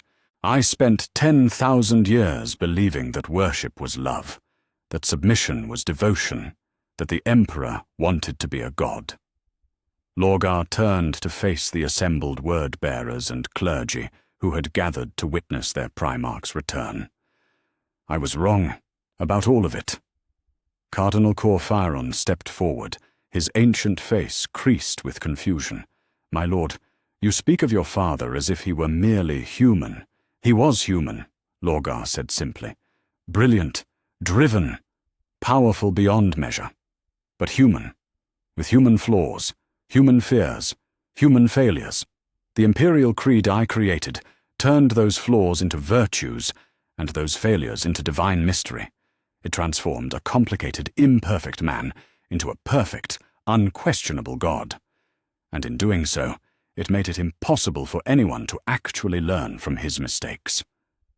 The plasma torch cut through another section of the altar, sending golden fragments scattering across the temple floor. Around the chamber, statues of saints and martyrs watched the destruction with carved eyes that seemed to weep in the firelight. "So what would you have us teach?" asked Chaplain Erebus, his voice carefully neutral. "If not the divinity of the Emperor, then what?" Lorgar looked at the man who had been both his student and his corrupter, and for a moment his expression carried something approaching pity. "The truth," he said, "that the Emperor was a man who tried to save humanity and made terrible mistakes in the process. That we are all flawed beings trying to do better than our predecessors. That faith should inspire us to question, to grow, to become more than we are, not to submit blindly to authority." He gestured at the burning altar, the melting golden decorations, the smoke that rose toward the temple's vaulted ceiling. "This place will become something new, not a shrine to a false god, but a school where humans can learn to think for themselves, where they can study the past, all of it, including the failures, and decide what kind of future they want to build." On Nuceria, in the fighting pits where Angron had once bled for the entertainment of slavers, two Primarchs worked together to undo 10,000 years of neural damage. The surgery had taken 18 hours. Ferrus Manus, his iron hands steady despite the delicate nature of the work, had removed each of the butcher's nails with the precision of someone who understood both flesh and metal. Vulcan had used techniques learned in his secret forge worlds to rebuild the damaged brain tissue, growing new neural pathways to replace those that had been severed by the ancient archaeotech. Now Angron lay unconscious on a table that had been built from the materials of his old slave collar, his massive frame still and peaceful for the first time in anyone's memory. "Will it work?" Vulcan asked, his deep voice carrying the concern of someone who understood that failure here meant losing a brother they had just gotten back.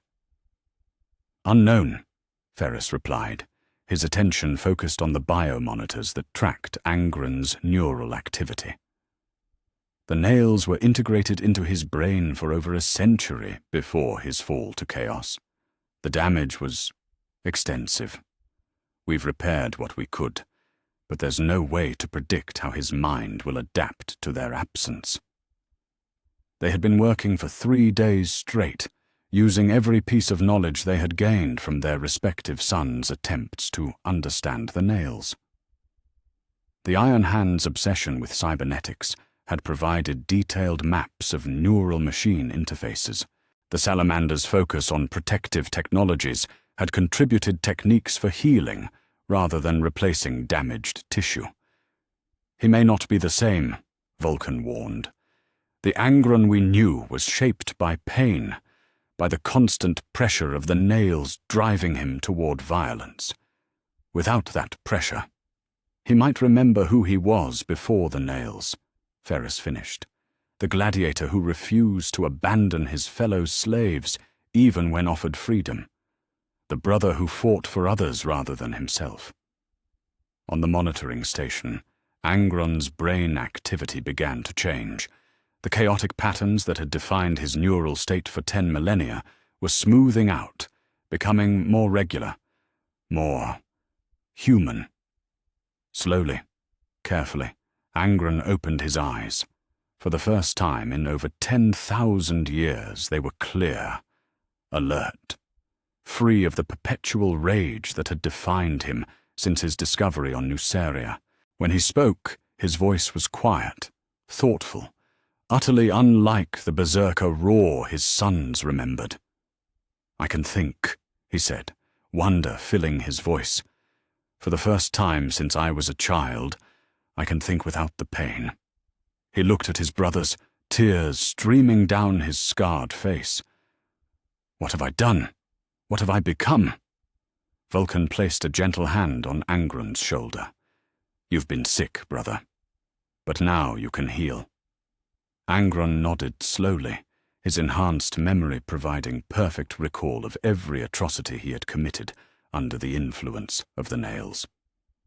The weight of it was staggering, but for the first time, he could process that weight without it driving him to greater violence. "My sons," he said quietly, "the world eaters. I taught them to cut away their humanity, to embrace the same madness that was forced upon me. How do I repair that damage?" "One brother at a time," Ferrus replied. "The same way we just repaired you." In the fortress monasteries of Olympia, Perturabo stood before the assembled iron warriors and did something that 10,000 years of siege warfare had never prepared them for. He apologized.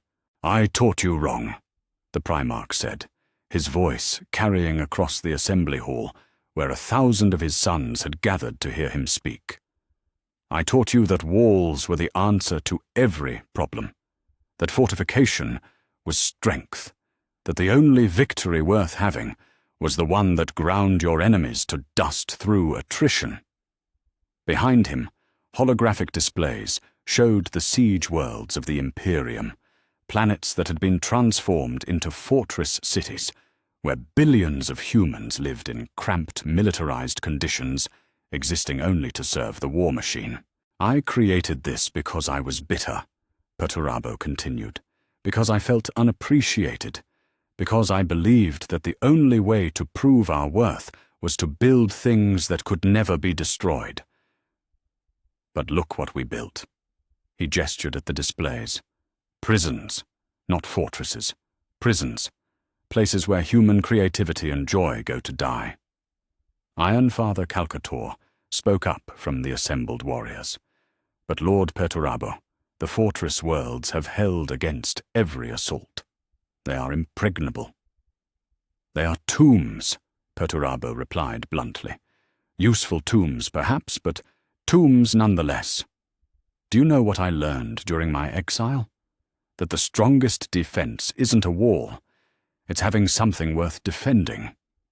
He activated another display, this one showing the plans for new fortress cities, designs that incorporated parks, schools, art galleries, and spaces for human flourishing, alongside military necessity. "We're going to rebuild," Perturabo announced. "Not just repair the damage, but fundamentally reimagine what it means to be the Iron Warriors. We will still be masters of siege warfare, but we will besiege ignorance, poverty, and despair, rather than simply destroying our enemies." The assembled Iron Warriors exchanged glances. This was not the bitter, resentful Primarch they remembered. This was someone who had learned to build for hope rather than spite. "What of our fortress worlds?" asked another Iron Father. "They will remain fortified," Perturabo replied, "but they will also become something more. Centers of learning, places where humans can thrive even in the face of external threats. We will prove that defense and growth are not mutually exclusive." In the deepest underhives of Terra, where the light of the Emperor had never reached, and the darkness had grown old and clever, Corvus Corax hunted. He moved through shadows that bent around him like living things, his form shifting between solid matter and something that existed only in the spaces between perception. The cultists he tracked had been operating in these depths for centuries, spreading the influence of chaos through corruption, so subtle that even the Inquisition had missed it. But Corax could see them, could smell their spiritual rot, could track the psychic stench of their patron powers through the labyrinthine tunnels that honeycombed Terra's foundation. He found them in a chamber carved from the living rock, gathered around an altar that had been built from the bones of children. 13 figures in robes that seemed to absorb light, chanting words that hurt to hear in a language that predated human civilization. They never saw him coming. How could they? He was shadow and intention, darkness given purpose. By the time they realized they were under attack, 12 of them were already dead, and the 13th was staring into eyes that belonged to something far more terrible than any demon. "Please," the cultist whispered, his voice cracking with terror. "We serve the dark gods. We are protected by powers beyond your understanding." "I am the shadow of the Emperor's justice," Corax replied, his voice echoing from everywhere and nowhere at once. "I am the darkness that consumes darkness, and your gods abandoned you the moment they sensed me coming." The cultist died without making another sound. Corax stood in the chamber for a long moment, looking at the altar of bones and the symbols carved into the walls. This was what his father had been fighting against. Not just armies of chaos, but the slow spiritual rot that ate at humanity from within. He began to dismantle the altar, careful to touch each bone with reverence. These had been children once, innocent lives lost to beings who fed on suffering. Their deaths deserved to be remembered, their sacrifice honored. When the work was done, Corax spoke into the darkness of the underhive. "I am watching," he said, and his words carried through the tunnels like a promise and a threat. "I am hunting, and there is nowhere in this city, nowhere in this galaxy, where the servants of chaos can hide from the shadows that serve the light. On a dead world at the edge of the galaxy, where no imperial records existed and no living being had set foot in 60 million years, the lost Primarchs trained their first recruits in 10,000 years. The gene seed had been stored in stasis since before the heresy, locked away in vaults that existed partially outside normal space-time. Now, finally released from their enforced exile, the 2nd and 11th Legions began their slow resurrection. "Remember," said the voice that belonged to the 2nd, speaking to a group of human volunteers who had been selected from across the galaxy, "you are not being created to serve an empire or obey an ideology. You are being forged to protect humanity's future. All of it, even the parts that might choose to develop differently than we expect." The training was unlike anything the Imperium had seen. Rather than breaking recruits down and rebuilding them as perfect soldiers, the lost Primarchs taught adaptation, critical thinking, and the kind of flexible strength that could endure any challenge.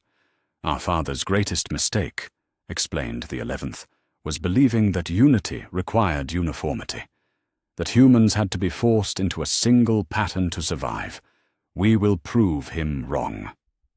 The new legionaries learned to fight, yes, but they also learned to build, to heal, to explore, to question. They were being prepared not for a single war, but for the 1,000 different challenges that humanity would face as it grew beyond the need for gods and emperors. "What will you call us?" asked one of the recruits, a young woman whose home world had been saved from Orc invasion by the returning Primarchs.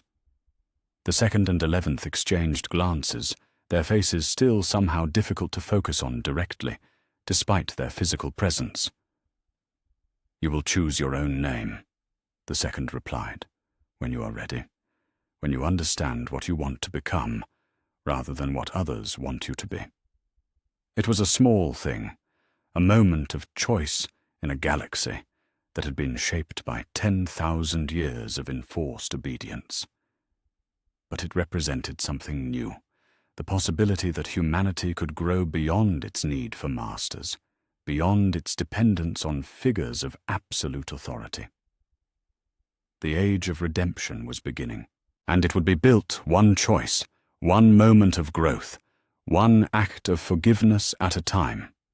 On Terra, in the deepest chambers of the Imperial Palace, Magnus felt his brother's work echoing through the psychic currents of the warp. Each act of redemption, each choice to build rather than destroy, each moment of growth sent ripples through reality that made the Astronomicon burn brighter. The galaxy was changing, slowly, carefully, but genuinely, and for the first time in 10,000 years, the future looked like something worth fighting for. Chapter 8. The Iron Creed. The conclave convened on Macraga, in the same amphitheatre where Guilliman had once taught rhetoric to the children of Ultramar. But the 20 figures who gathered there now were not students. They were the architects of humanity's future, and they had come to forge a philosophy that would guide the species through whatever came next. The debate had been going for 6 days. "You're still thinking like an administrator," Korax said, his shadow-touched form leaning forward from where he sat in the circle of marble seats. "Efficiency, order, predictable outcomes. But humanity isn't a machine to be optimized. It's a living thing that grows in ways you can't predict or control." Guilliman's jaw tightened, but his voice remained calm. "And you're thinking like someone who's never had to feed 1 billion people or coordinate the defense of 1,000 worlds. Order isn't oppression, Corvus. It's what keeps civilization from collapsing into chaos." "Whose civilization?" Korax shot back. "The one where children starve in the underhives while nobles feast in spires? The one where questioning doctrine is heresy and thinking for yourself is treason? That civilization deserves to collapse." "And replace it with what?" Guilliman stood, his massive frame radiating the controlled tension of someone trying very hard not to lose his temper. "Anarchy? Every world for itself? Let me know how that works when the next Tyrannid Hive fleet arrives." Sanguinius raised a hand, and the simple gesture brought immediate quiet to the amphitheatre. Even after all this time, even knowing what they now knew about their father's lies, the angel's presence still carried a weight that made argument feel petty. "Brothers," he said gently, "we've been having this same debate for 6 days. Perhaps it's time to acknowledge that we're both right, and both wrong." He gestured to include both Guilliman and Korax in his attention. "Robot, your Imperium has kept humanity alive for 10,000 years. That's not nothing. But Corvus is right that survival without growth, without hope, without the possibility of choosing a better path, that's not really life. It's just delayed death." "And Corvus," Sanguinius turned to the shadow-wreathed Primarch, "your vision of liberation is beautiful. But Robout is right that structure, organization, and yes, even authority can be tools for protecting the innocent rather than oppressing them." Horus stood from his own seat, moving to the center of the circle with the easy confidence that had once commanded the greatest military force in galactic history. "We're arguing about the wrong things," he said. "We're debating whether to have rules or not have rules, whether to have authority or reject authority. But the real question is simpler. What do we actually want to achieve?" He looked around the circle, meeting each of his brother's eyes in turn. "Do we want humanity to survive? Yes. Do we want humans to be free to choose their own paths? Yes. Do we want to protect the innocent while allowing growth and change? Yes. The question isn't whether these goals are compatible. It's how we structure our choices to serve all of them at once." Vulcan nodded slowly from his seat. "Horus is right. I've spent centuries protecting Forge worlds in secret, and I learned something important. The strongest defenses aren't walls, they're communities that choose to work together because they trust each other. Trust, said Ferrus Manus, the word carrying the weight of someone who had spent 10,000 years thinking about what he'd lost. That's what we've been missing. The Imperium, as it exists now, doesn't trust humans to make good choices, so it tries to force them into compliance. But forced compliance breeds resentment. Resentment breeds rebellion, and rebellion breeds the very chaos we're trying to prevent. Lorgar stood next, carrying in his hands a data slate containing weeks of work. I've been writing, he said simply. Not another religious text. Something different. A framework for thinking about ethics, about choices, about what it means to be responsible for other lives. He activated the slate's projector, filling the air above the circle with flowing text that shifted and reorganized itself as he spoke. I call it rational ethics for transhuman beings. The core principle is this: our power, our strength, our intelligence, our longevity doesn't make us superior to baseline humans. It makes us responsible for them, not to control them, but to protect their ability to choose their own paths. The lost Primarchs stirred in their seats, their presence becoming more focused, more visible. When the second spoke, his voice carried the authority of someone who had spent 10 millennia thinking about exactly these questions. We have knowledge, he said. Alternative evolutionary paths that humanity could take. Technologies that could enhance human potential without requiring the kind of genetic modification that creates new castes. The Emperor chose one path for our species, unity through conquest and forced compliance. But there were always other options. Show us, Guilliman said immediately. The 11th activated his own projector, and suddenly the amphitheater was filled with holographic displays showing human civilizations that had never existed, societies that had chosen cooperation over competition, enhancement over replacement, growth over stagnation. Imagine, the 11th said, humans who could live for centuries, but chose to pass authority to younger generations anyway. Societies that enhanced physical and mental capabilities, but retained the core experiences that define human consciousness. Civilizations that spread across the stars not as conquerors, but as explorers, bringing gifts instead of demands. Jagatai Khan leaned forward, his scarred face showing interest for the first time in hours. These are possibilities, not certainties. How do we guide humanity toward growth without falling into the same trap our father did, thinking we know what's best for everyone? By building choice into the system from the beginning, Leman Russ replied. My sons and I have been working on new recruitment protocols. Instead of taking children and molding them into perfect soldiers, we offer opportunities to volunteers who understand what they're choosing. He gestured, and his own holographic display showed Space Marine training programs that looked nothing like the brutal indoctrination camps of the old Imperium. Physical and mental enhancement, yes, but coupled with education, philosophy, ethics.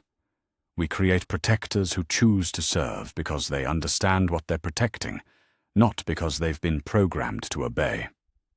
Alpharius and Omegon spoke in unison, their voices overlapping in the way that had always unnerved their brothers.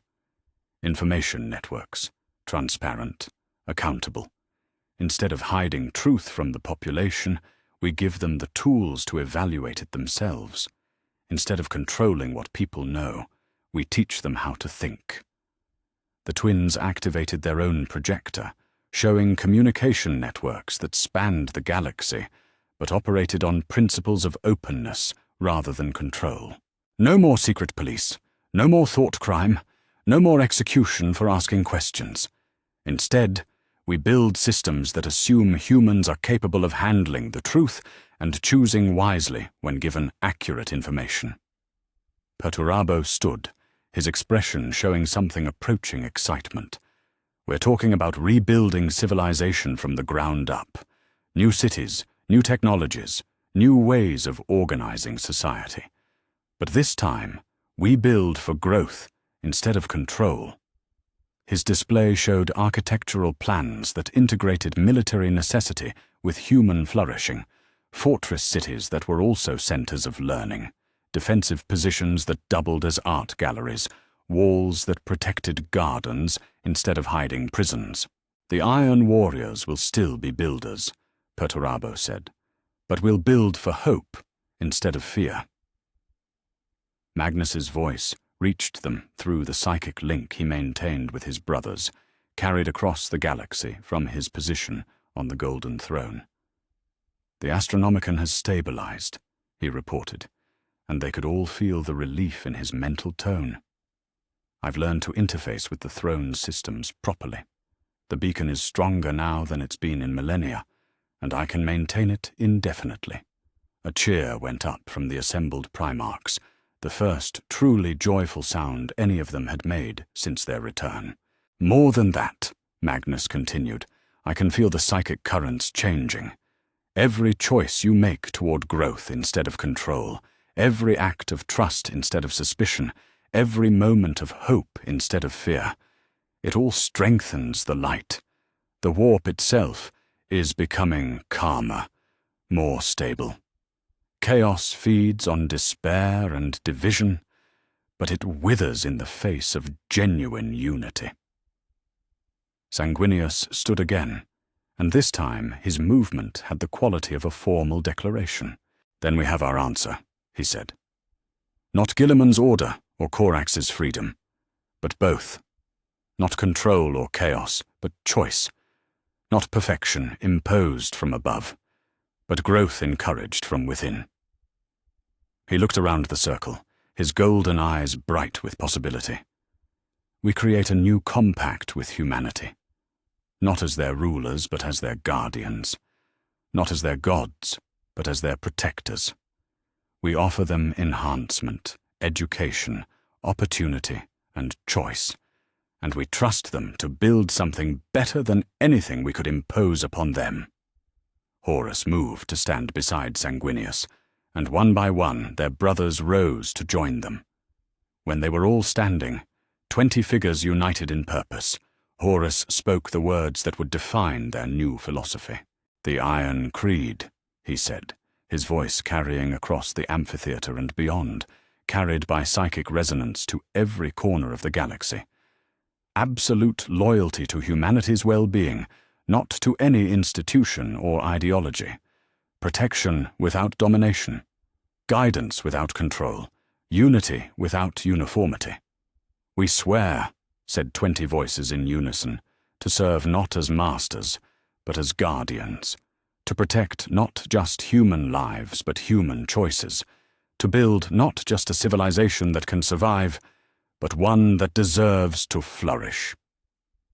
The words echoed off the marble walls of the amphitheater, carrying with them the weight of 20 demigods who had learned from their mistakes and chosen to do better. On Terra, Magnus felt the psychic impact of their oath and smiled despite the constant pain of his position. The Astronomicon blazed brighter, its light carrying new qualities, not just guidance for ships lost in the warp, but hope for souls lost in darkness.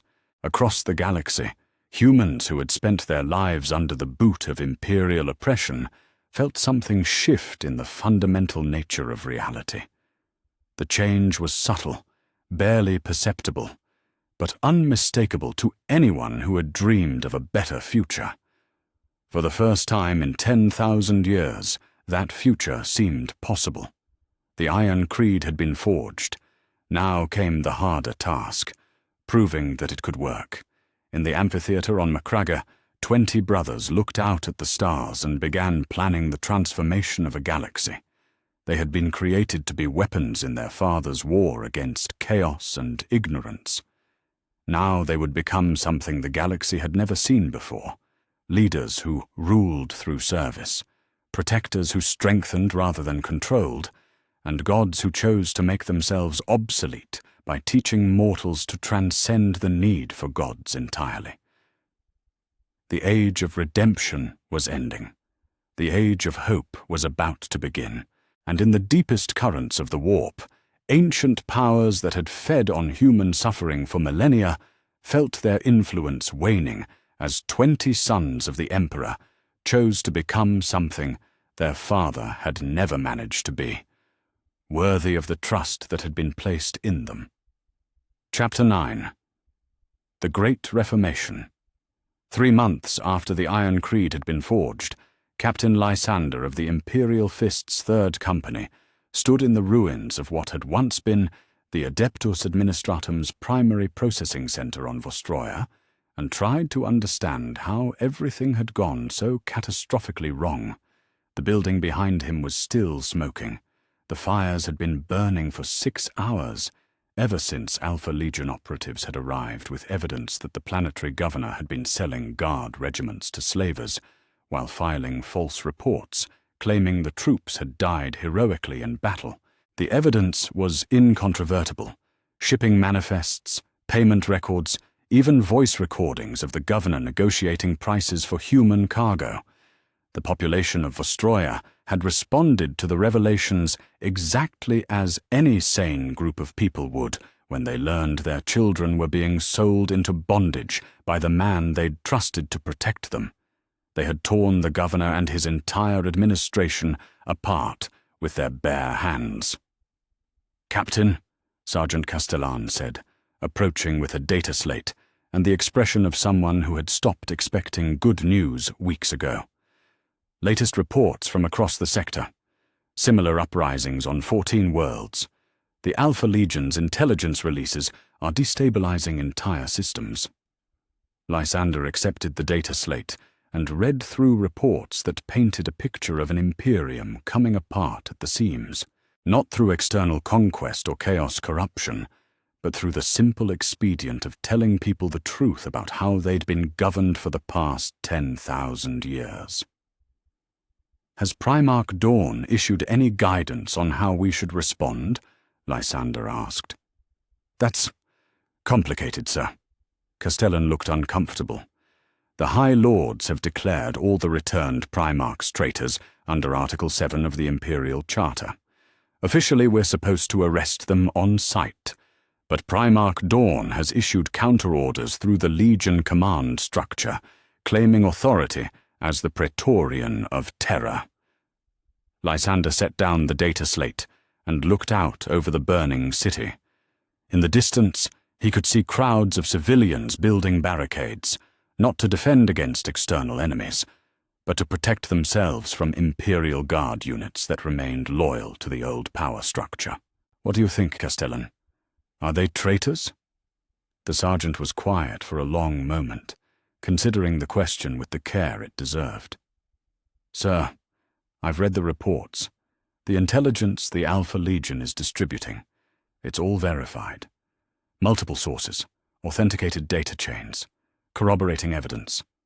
They're not fabricating corruption. They're just revealing it." "That's not what I asked." "No, sir. You asked if they're traitors." Castellan looked directly at his captain. "Traitors to what, sir? To the Imperium that sold children into slavery? To the High Lords who covered it up? To the system that made all of this possible?" Before Lysander could answer, the Vox array in his helmet crackled to life with an incoming transmission. The voice that emerged was instantly recognizable. Rogel Dawn, Primarch of the Imperial Fists, speaking with the authority that had built the defenses of Terror itself. "All Imperial Fists units, this is your Primarch. You are to stand down from any operations targeting civilian populations. You are to provide humanitarian aid to any Imperial citizens requesting it, regardless of their political affiliations. And you are to remember that your oath is to protect humanity, not to preserve any particular system of government." Lysander activated his Vox transmitter. "Lord Primarch, the High Lords have declared—" "The High Lords!" Dawn's voice cut through the transmission like a blade. "Have declared war on the truth. I will not have my sons serve as enforcers for lies." On Mars, Fabricator General Audia Raskian stood in the heart of the Mechanicus's holiest forge temple and watched 10,000 years of tradition being systematically dismantled by two of the Emperor's sons. Vulcan and Ferrus Manus had arrived on the Red Planet 3 weeks ago, and their presence had immediately divided the priesthood into two irreconcilable factions. The Progressives, led by younger tech priests who had grown frustrated with the Mechanicus's stagnant conservatism, embraced the Primarch's teachings eagerly. The Traditionalists, represented by ancient forge lords whose mechanical bodies had been accumulating rust for millennia, declared the returned Primarchs to be demon constructs designed to corrupt the sacred knowledge of the Omnissiah. "The STC fragments we carry," Vulcan was saying to an assembly of tech priests, his voice carrying the patient authority of someone who had spent centuries teaching rather than commanding, "represent technologies designed to serve humanity rather than dominate it. Medical devices that heal without requiring mechanical replacement, construction tools that build homes instead of fortresses, agricultural systems that feed populations without poisoning the soil." "Heresy!" spat Magos Dominus Coriel Zeth from her position in the assembly. Her vox grill was set to maximum amplification, filling the chamber with the sound of her mechanical outrage. "The flesh is weak. The Omnissiah has taught us that strength comes only through the blessing of the machine. These devices you propose would encourage biological weakness." Ferrus Manus stepped forward, his iron hands catching the light of the forge fires that burned eternal in the chamber's depths. "Magos," he said, his voice carrying a weight that made the assembled tech priests step back. "Look at my hands. Do you see weakness? Do you see biological failure that required mechanical correction?" Zeth's mechanical eyes focused on the Primarch's metallic appendages. "I see the blessing of the Omnissiah made manifest in your flesh, my lord." "You see the result of a choice," Ferrus replied. "I chose to replace my hands with metal, not because flesh is weak, but because I wanted to understand both the capabilities and the limitations of mechanical enhancement. What I learned is that the machine serves best when it works in partnership with biology, not when it replaces it entirely." He gestured at the STC data displayed throughout the chamber. "These technologies don't reject the mechanical, they integrate it with the biological in ways that enhance both. They represent the true path of the Omnissiah, knowledge that elevates rather than diminishes." The debate might have continued for hours, but it was interrupted by alarms that began screaming throughout the forge temple. Tech priests scattered to communication stations, their mechanical appendages interfacing with data streams that brought news from across the galaxy. "Reports from Terra," announced Techmarinus Saul Tarvitz, his voice carrying the particular stress patterns that indicated bad news. "High Lord's forces have surrounded the Imperial Palace. They're demanding the surrender of all returned Primarchs on charges of heresy and sedition." In the deepest vaults beneath the Imperial Palace, Magnus the Red felt the approach of armed forces through the psychic currents that flowed around the Golden Throne. His brothers were scattered across the galaxy, implementing the reforms they had agreed upon, but their enemies had chosen this moment to strike at the heart of their new order. "Magnus!" Sanguinius's psychic voice reached him across the vast distances of space. "We're detecting massive troop movements on Terra. Can you hold the throne room?" "The question," Magnus replied, his consciousness split between the conversation and the massive psychic machinery he controlled, "is whether we want to. We could fight them. The custodian guard would follow us. Most of the Imperial fists are loyal to Dawn rather than the High Lords, and the people of Terra itself support the reforms. But fighting would make us exactly what they claim we are, warlords imposing our will through superior force. Horus's voice joined the psychic conference. What do you propose? We let them come, Magnus said simply. We let them arrest us, put us on trial, make their case to the people of the Imperium, and then we let those people decide who they trust, us, or the system that's been oppressing them for 10 millennia. That's an enormous risk, Guillemon's voice carried doubt across the psychic link. If we're imprisoned, who leads the reforms? Who protects the people who've been supporting us? The people protect themselves, said a new voice. Korax, speaking from the shadows of Terra where he had been coordinating with civilian resistance movements. I've been talking to the planetary governors who've thrown their support behind the reforms. They're not asking for our protection. They're asking for our trust. They want the chance to prove that humans can govern themselves when they're not being lied to or oppressed. 2 weeks later, the trial began in the Hall of Justice on Terra, broadcast across the galaxy by astropathic relay and watched by billions of human beings who had never before been allowed to witness imperial justice in action. 20 Primarchs sat in the defendant's box, their massive frames somehow managing to look both imposing and strangely vulnerable in the formal setting. Magnus appeared via psychic projection, his consciousness remaining with the Golden Throne while his image testified to his actions and motivations.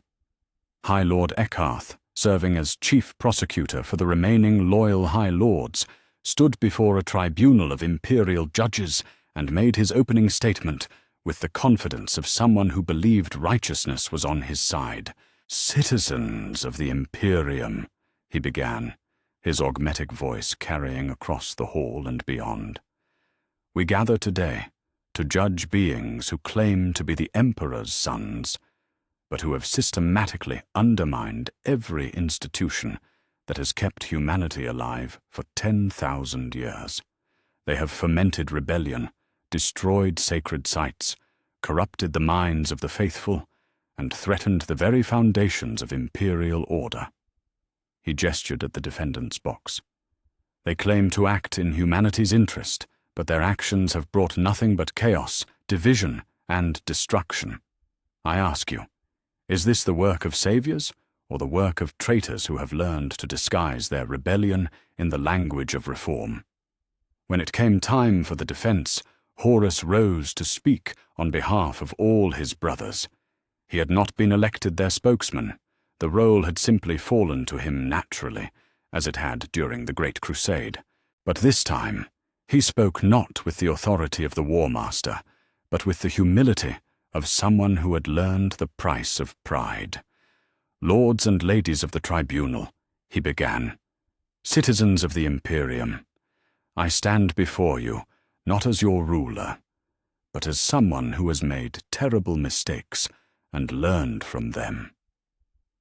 We are accused of fomenting rebellion, and that accusation is correct. We have rebelled against lies, against oppression, against a system that demands you sacrifice your children's lives to preserve the comfort of those who already have too much power." He paused, looking out at the packed gallery where representatives from across the galaxy sat in judgment. "We are accused of destroying sacred sites, and again, the accusation is correct. We have destroyed temples built to worship lies, institutions designed to prevent you from thinking for yourselves, systems created to ensure that you remain dependent on others to make your choices for you." His voice grew stronger, more confident. "But we are also accused of bringing chaos and destruction, and that accusation is false. We have brought change, difficult, necessary change that threatens those who profit from the current system, but offers hope to those who suffer under it." Horus gestured to include all his brothers in his attention. We ask for no special privileges, no automatic trust, no authority based on our genetic heritage. We ask only for the chance to serve, and we ask that you judge us not by who created us, but by what we have chosen to do with the power we inherited. The trial lasted for 6 weeks. Evidence was presented, witnesses testified, and for the first time in 10,000 years, the people of the Imperium were allowed to hear both sides of a political argument and make their own decisions about whom to trust. The verdict, when it came, was delivered not by the tribunal, but by the people themselves. Across the galaxy, on world after world, humans who had been given access to the truth for the first time chose to support the reforms rather than preserve the old order. Imperial Guard regiments declared loyalty to their planetary governors rather than the High Lords. Space Marine chapters split between those who followed their Primarchs and those who remained loyal to Terra. The Mechanicus formally schismed, with the majority faction embracing Vulcan and Ferrus Manus's technological revelations, while a conservative minority retreated to fortress worlds in the galactic core. But most importantly, ordinary Imperial citizens, farmers and factory workers, soldiers and scribes, mothers and children who had never before been allowed to participate in their own governance, chose hope over fear, growth over stagnation, truth over comfortable lies. The Great Reformation had begun, and despite the chaos, despite the division, despite the enormous risks involved in remaking a civilization from the ground up, something unprecedented was happening across the galaxy. For the first time in 10,000 years, humanity was choosing its own path. The old Imperium was dying, but what was being born in its place might actually be worth the struggle to create it. On Terra, in the throne room, where Magnus maintained the Astronomicon that guided ships through the darkness, the beacon burned brighter than it ever had. Not just with psychic energy, but with something that had been absent from the galaxy for far too long. Hope. Chapter 10. Blood and Brotherhood. The siege of Terra began at 0400 hours, Terran Standard Time, on the 127th day of 012.M42, when High Lord Eckharth's remaining loyalist forces barricaded themselves within the Imperial Palace and declared Robuta Gilliman a usurper, traitor, and enemy of the human race. It ended 18 hours later, when Horus Lupercal walked into the Senatorum Imperialis and offered the last 3 High Lords a choice between exile and execution. But those 18 hours contained enough violence, heroism, and heartbreak to fill a dozen wars. Admiral Spire of the Battlefleet Solar stood on the bridge of the Emperor's Wrath, watching the tactical display that showed 47 Imperial Navy vessels preparing to fire upon each other in the space above humanity's throne world. Half the fleet had declared for the High Lords, half had declared for the returned Primarchs, and now they faced each other across the void with weapons charged and targeting solutions locked. "Admiral," Captain Thorne said from the communications station, her voice carefully neutral. "Lord High Admiral Wrath is requesting your final decision. Will the Emperor's wrath stand with the legitimate government of the Imperium, or will you join the traitors?" Spire looked at the tactical display, where ships that had fought side by side for centuries now prepared to murder each other over a question of political philosophy. The irony was not lost on him that the Primarchs, the beings whose return had caused this crisis, were not actually commanding either side of this battle. They had made their positions clear and then stepped back, allowing humans to choose their own path. "Signal the fleet," Spire said finally. "The Emperor's wrath stands with those who serve humanity's future, not humanity's past. All vessels supporting the reforms are to coordinate with Captain Sulla's squadron. We advance on the Palace orbital platforms in 1 hour." He turned to his crew, looking at faces that had served with him for decades. Anyone who wishes to transfer to a loyalist vessel may do so now, with full honors and no recriminations. This is a choice of conscience, not a test of loyalty. 3 officers requested transfer. 47 chose to stay. In the streets of the Imperial City, Captain Lysander of the Imperial Fists found himself in the surreal position of fighting other Space Marines for control of humanity's capital. The Crimson Fists, led by Chapter Master Pedro Cantor, had declared for the High Lords and taken defensive positions around the palace's outer perimeter. The Imperial Fists, following their Primarch's orders, were advancing to remove them. It was the first time since the heresy that Loyalist Space Marines had fought Loyalist Space Marines, and both sides felt the wrongness of it in their bones. "Brother," Lysander called out to Sergeant Cortez of the Crimson Fists as the 2 forces faced each other across a plaza that had been built to celebrate unity. "This is madness. We should be fighting chaos, not each other." "I agree, brother," Cortez replied, his bolt pistol trained on Lysander's chest. "But my chapter master has made his choice. The High Lords represent legitimate authority. The returned Primarchs, no matter how noble their intentions, represent change through force. That is not the way of the Imperium." "And what is the way of the Imperium?" Lysander asked. 10,000 years of oppression? Children sold into slavery while their leaders feast? Citizens executed for asking questions? "Order," Cortez said simply. "Stability. The knowledge that when you wake up tomorrow, the Imperium will still exist to protect you from the darkness." Behind Cortez, 30 Crimson Fists in full battle gear waited for orders. Behind Lysander, 40 Imperial Fists did the same. Between them, a line had been drawn that could not be uncrossed.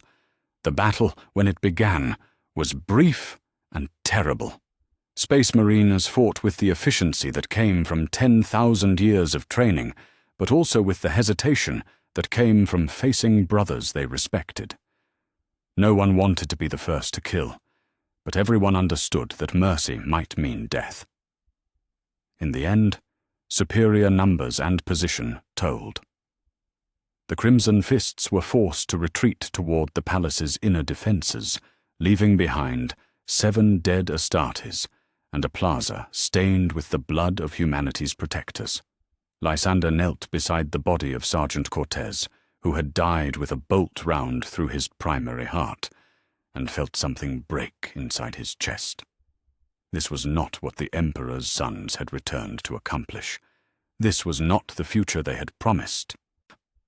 High above the battlefields, Sanguinius flew between the warring forces with a handful of his sons, using his presence to negotiate temporary ceasefires so that medical personnel could reach the wounded. The Angel had refused to take sides in the fighting, declaring himself a neutral party dedicated solely to minimizing civilian casualties. It was thankless work. Both sides saw his refusal to choose as a betrayal of their cause. The High Lord's supporters accused him of enabling traitors. The Reform supporters accused him of abandoning his brothers. But Sanguinius continued the work anyway, because someone had to remember that the purpose of this war was supposed to be protecting humanity, not destroying it, my lord, Brother Castigon of the Blood Angels said, as they landed on the roof of a civilian hospital that had been caught in the crossfire. Perhaps it would be better to choose a side. This neutrality serves no one. It serves the wounded, Sanguinius replied, his golden eyes fixed on the medical teams working below. It serves the civilians who are trapped between 2 armies of their supposed protectors. It serves the idea that there are some things more important than winning. He looked at his son, and Castigon was struck by the weight of sorrow in the angel's gaze. Do you know what I learned during my death, brother? I learned that every choice we make, echoes across eternity. Every life we take, every life we save, every moment we choose compassion over expedience, it all matters. It all adds up to something larger than ourselves. Below them, a team of army medics was working to evacuate wounded civilians from an apartment building that had been hit by artillery fire. They worked without regard for the political affiliations of their patients, treating loyalist and reformist casualties side by side. That, Sanguinius said, pointing at the medics, is what we should be fighting for. Not victory for our side, but the preservation of that kind of goodness in a galaxy that tries to crush it at every turn.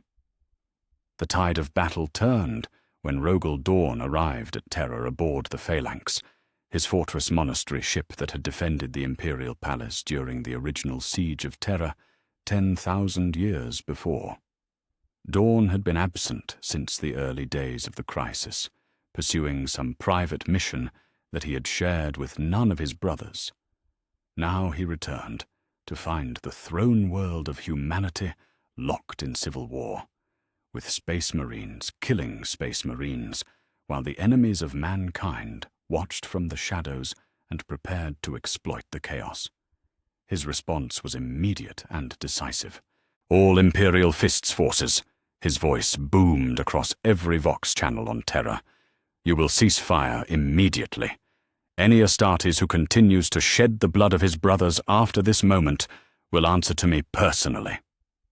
The effect was instantaneous. Across the battlefields of Terra, Imperial Fists and their successor chapters stopped fighting and began withdrawing to defensive positions. The Crimson Fists, suddenly isolated and outnumbered, requested a ceasefire to discuss terms. But Dawn was not finished. "High Lords of Terra," his voice continued, now broadcast across the entire planet, "you have brought civil war to the throne world of humanity. You have forced loyal Space Marines to kill loyal Space Marines in service of your political ambitions. You have demonstrated that you value your power more than the lives of those you claim to serve." The Phalanx took position directly above the Imperial Palace, its massive guns trained on the ancient structure that had housed the government of humanity for 10 millennia. "You have 1 hour to surrender," Dawn announced. "After that, I will do what I should have done at the beginning of this crisis. I will treat you as enemies of the human race and respond accordingly." In the deepest chambers of the Imperial Palace, High Lord Eckarth stood before a tactical display that showed his position was hopeless. The orbital platforms had fallen to pro-reform naval forces. The palace's outer defenses had been breached by the Imperial Fists. The Custodian Guard had declared neutrality and withdrawn to protect the Golden Throne, and now Rogel Dawn himself had returned to demand their surrender. "We could activate the palace's final defense systems," suggested High Lord Trazior, her voice carrying the desperation of someone who knew she was losing but couldn't accept defeat. "The planet crackers that were installed during the War of the Beast. If we're going to fall, we can take Terra with us." "And prove that we were everything they said we were," replied High Lord Valdane quietly. "Tyrants who would rather destroy humanity than lose control of it." Eckarth looked around the emergency command chamber at the faces of the 3 High Lords who had remained loyal to the old order. 3 out of 12. The mathematics of the situation was unavoidable. They had lost the support of their own government, their own military, and their own people. "There is another option," he said finally. "We could surrender with dignity, accept exile rather than execution, live to fight another day, and abandon our oaths." Trazior's mechanical voice carried outrage. "Abandon our duty to preserve the Imperium as it was meant to be." "The Imperium as it was meant to be," Valdane said, "included the Primarchs. Maybe it's time to admit that we were the ones who departed from the original plan." The debate was interrupted by the chamber's blast doors opening without authorization. The High Lords spun toward the entrance, expecting to see imperial fists or perhaps custodians come to arrest them. Instead, they saw Horus Lupercal, the former arch-traitor, current architect of the reforms that had brought down their government, walked into the chamber alone, his massive frame somehow managing to look unthreatening despite the obvious power it contained. "High Lords," he said, inclining his head slightly, in a gesture that might have been respect or might have been irony. "I've come to discuss terms." Eckarth drew his plasma pistol, his augmetic hand steady despite the magnitude of the moment. "You're under arrest for treason, heresy, and crimes against humanity." "I'm under a lot of things," Horus replied mildly. "But arrest isn't one of them. You no longer have the authority to arrest anyone, Eckarth. Your government fell the moment the people of the Imperium chose to support us instead of you." He gestured at the tactical display showing the hopeless military situation. "But I'm not here to gloat. I'm here to offer you a choice: exile with full honors and a generous pension, or trial for the crimes you've committed in office. Your choice." "What crimes?" Trazior demanded. "We served the Imperium faithfully for—" "You sold Imperial Guard regiments to slavers," Horus interrupted, his voice carrying the quiet authority of someone stating facts rather than making accusations. "You embezzled funds meant for humanitarian relief. You ordered the execution of civilians whose only crime was asking for better treatment. You turned the government of humanity into a protection racket designed to enrich yourselves at the expense of those you swore to serve." He paused, looking at each of the 3 High Lords in turn. "I should know what that looks like. I used to be very good at it myself." Valdane was the first to lower her weapon. "Exile," she said quietly. "I choose exile." Trazior held out longer, but eventually she too accepted the inevitable. In the end, only Eckarth chose trial, and even he chose it not out of defiance, but out of a genuine belief that he had served faithfully and deserved the chance to prove it. The Siege of Terror was over.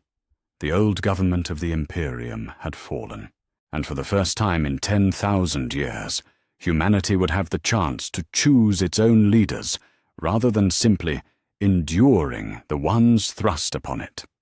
3 days later, in the same amphitheater on Macragge, where the Iron Creed had been forged, the 20 Primarchs met to design the government that would replace the High Lord's autocracy. "We could rule directly," Guilliman said, though his tone suggested he found the idea distasteful. "Divide the galaxy between us, each taking responsibility for a sector or segmentum. It would be efficient." "It would be tyranny," Corax replied immediately. "Benevolent tyranny, perhaps, but tyranny nonetheless. The moment we make ourselves indispensable, we become the very thing we fought to remove." "Then what do you propose?" asked Ferrus Manus. "Democracy," said the voice of the second lost Primarch, and the word hung in the air like a challenge. "Real democracy. Humans choosing their own leaders, making their own laws, determining their own fate." "Across a galaxy?" Perturabo's tone was skeptical. "The logistics alone would be nightmare. How do you coordinate policy across millions of worlds with vastly different needs and cultures?" "You don't," replied the 11th. "You federalize. Local governance for local issues, regional coordination for regional concerns, and galactic oversight only for matters that truly affect everyone." Jagatai Khan leaned forward, interested. "And what would our role be in this democracy?" "Guardians," Sanguinius said simply. "We protect the process, not the outcome. We ensure that elections are fair, that rights are respected, that the strong cannot simply impose their will on the weak. But we don't govern. We guard those who do." It was not a perfect solution, Nothing involving 20 demigods and several million human worlds could ever be perfect. But it was a beginning, a framework that could evolve, that could adapt, that could grow with humanity as the species learned to govern itself. The age of autocracy was ending. The age of choice was about to begin. And in the golden halls of the imperial palace, 20 brothers who had once torn the galaxy apart began the delicate work of teaching it how to heal. Chapter 11. The Long Night's End. 8 months after the convergence, Leman Russ stood on the command deck of his flagship, watching the largest Orc Wa, in recorded history, tear itself apart from the inside. It had taken 3 weeks of careful work. Instead of meeting the greenskins head-on in the kind of brutal frontal assault they expected and thrived on, Russ had done something that went against every instinct he'd developed during the Great Crusade. He'd gotten clever. "Reports from all squadrons," Captain Gunnar Gunhilt said, his scarred face showing the satisfaction of a plan executed perfectly. "The Orc leadership is completely fragmented. Warboss Scarjaw is fighting Warboss Grimtusk for control of the southern flank, while Warboss Iron Teeth has declared himself the new overall leader and is trying to crump both of them." Russ nodded, watching the tactical display that showed 3 million Orcs turning their weapons on each other instead of on human worlds. And the civilians? Evacuation complete from all contested systems. 17 billion humans relocated to safe zones with minimal casualties. The new transport protocols worked exactly as designed. That had been the real innovation, not just defeating the Orc threat, but doing it in a way that prioritized human life over military efficiency. Instead of using civilians as cannon fodder or acceptable losses, the reformed Imperial forces had treated their protection as the primary objective, with enemy destruction as merely a means to that end. "Signal the phalanx," Russ ordered. "Tell Dawn his fortress worlds performed admirably. Not a single civilian casualty during the evacuation phase." He turned back to the display, where the Orc fleet was now firing on itself with the enthusiasm they had once reserved for human targets. Soon they would either destroy each other completely or fragment into small bands that could be hunted down by local defense forces. "You know," Russ said to his assembled officers, "I think I'm beginning to understand what Magnus meant when he said that strength isn't always about who hits hardest." 3-star systems away, Sanguinius led the combined fleets of the Blood Angels and their successors in a very different kind of warfare against Hive Fleet Leviathan. The Tyranids were the perfect enemy for testing the Primarch's new philosophy, utterly alien, absolutely hostile to human life, and incapable of negotiation or mercy. But they were also predictable in their hunger, and that predictability could be exploited. "Bioship formations are adjusting course as predicted," reported Captain Dante of the Blood Angels' First Company. "They're following the pheromone trails we've been laying for the past 6 days." Sanguinius nodded, his golden eyes fixed on the strategic display that showed the vast Tyranid swarm being slowly but inexorably herded away from populated systems and toward a carefully prepared killing ground. "And the civilian populations?" "Complete evacuation of the Hadrian sector accomplished 12 hours ago," replied Captain Erasmus of the Angels Sanguinary. 200 billion souls relocated to fortress worlds outside the projected Hive Fleet path. Medical teams report minimal casualties during transport. That was the key difference between this campaign and every previous encounter with the Tyranids. Instead of trying to stop the Hive Fleet through direct confrontation, a strategy that had cost millions of lives over the centuries, the reformed forces were treating the aliens like a natural disaster to be redirected rather than destroyed. "Phase 2 initiating now," announced Captain Gabriel Seth of the Flesh Tearers, his voice carrying grim satisfaction. Orbital bombardment platforms are online and targeting the asteroid field. The asteroid field in question had been carefully prepared over the past month, its rocky masses infused with toxins that would poison any tyrannid bioforms that attempted to consume them, while simultaneously detonating in a chain reaction that would cripple any hive ships that approached too closely. The tyrannids, driven by their insatiable hunger and following the false pheromone trails, flew directly into the trap. The explosions were visible from 3 systems away. A brilliant flare of light that marked the death of the largest tyrannid incursion in Imperial history. Not through heroic last stands or glorious charges, but through patience, planning, and the revolutionary concept that protecting civilians was more important than killing enemies. "Signal all commands," Sanguinius ordered, as the strategic display showed the Hive Fleet's formation dissolving into scattered fragments. "Pursuit squadrons are to eliminate remaining bioships, but remember, if any civilian ships are detected in the combat zone, their protection takes priority over target destruction." As his sons moved to execute the final phase of the operation, Sanguinius felt something he hadn't experienced since before his death: pride in a victory that had been achieved without sacrificing the very people they were supposed to protect. On the dead world of Traitor's Bane, Ferrus Manus stood in the ruins of a Necron tomb complex and marveled at how much easier warfare became when your enemies were willing to talk.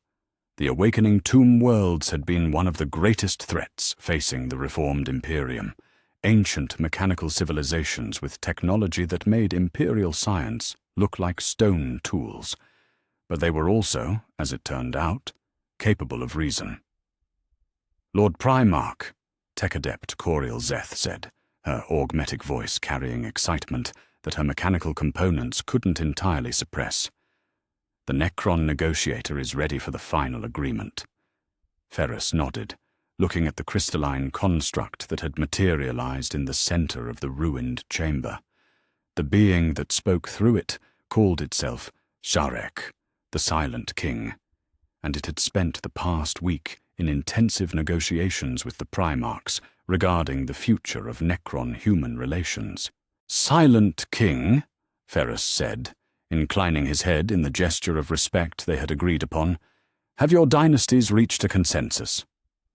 The construct pulsed with energy that translated into words through mechanisms that Ferrus's enhanced mind could barely comprehend.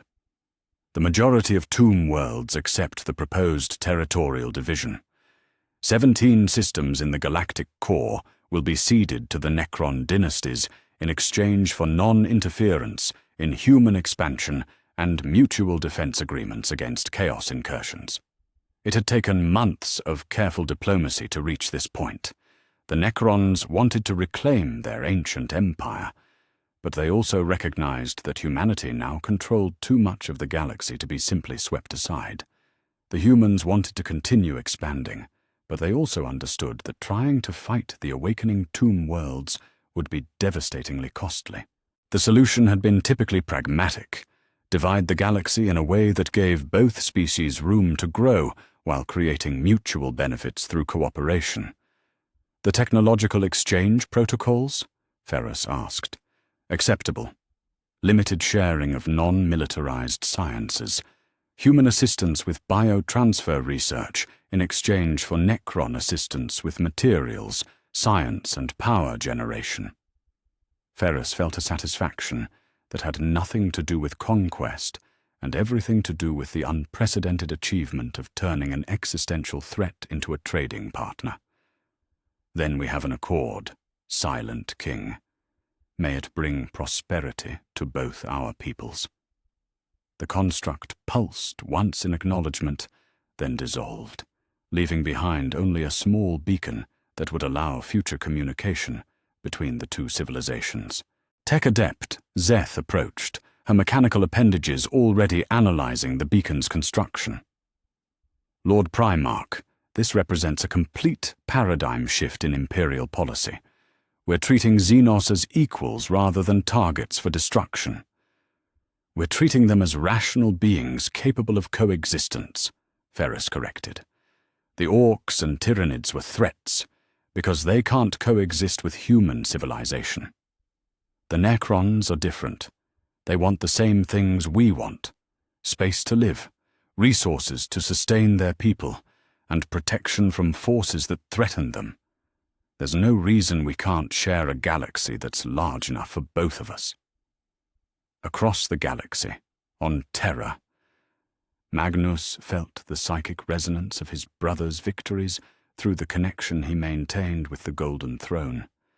But more than that, he felt something unprecedented in the currents of the warp: stability.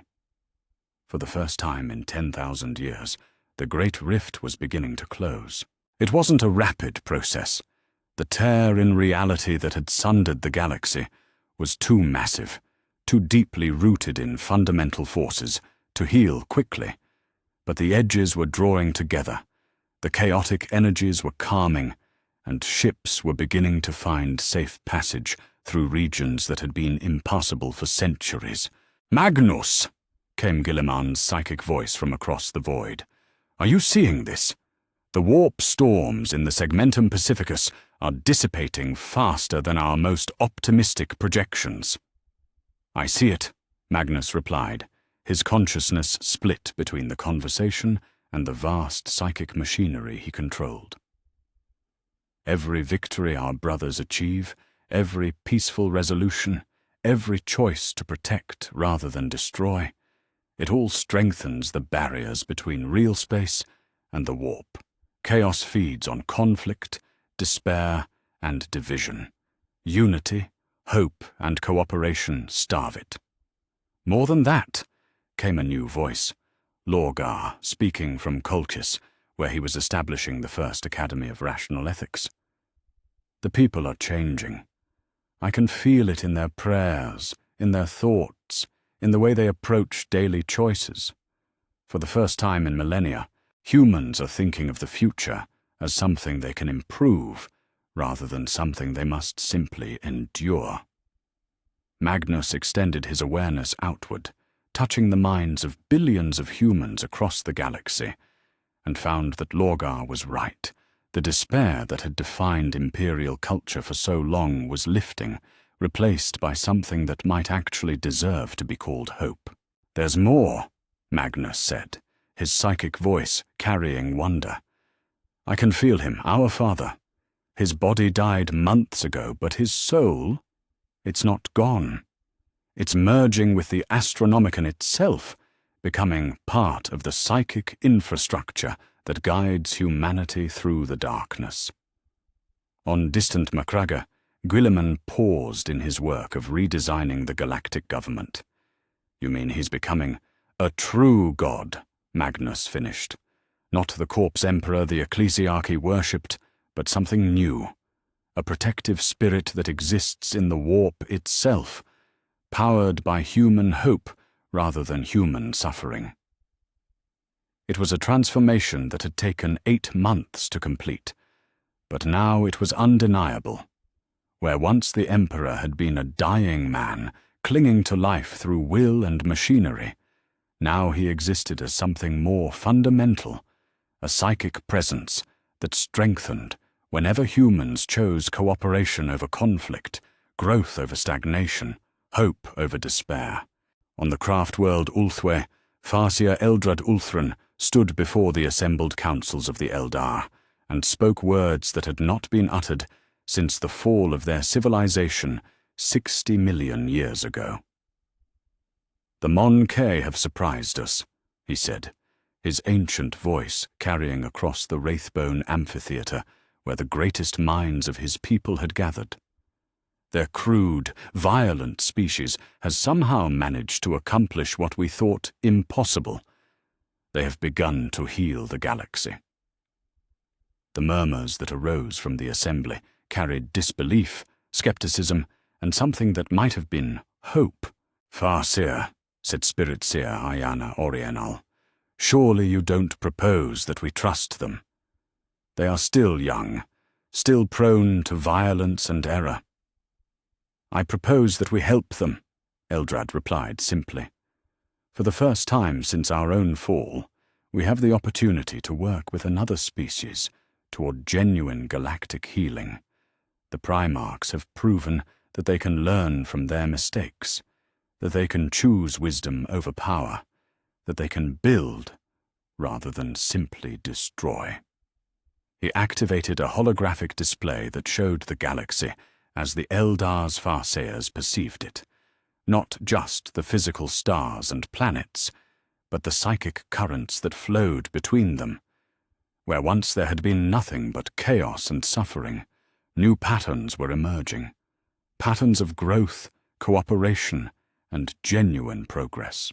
"The Chaos Gods are weakening," Eldrad continued. "The Great Rift is healing.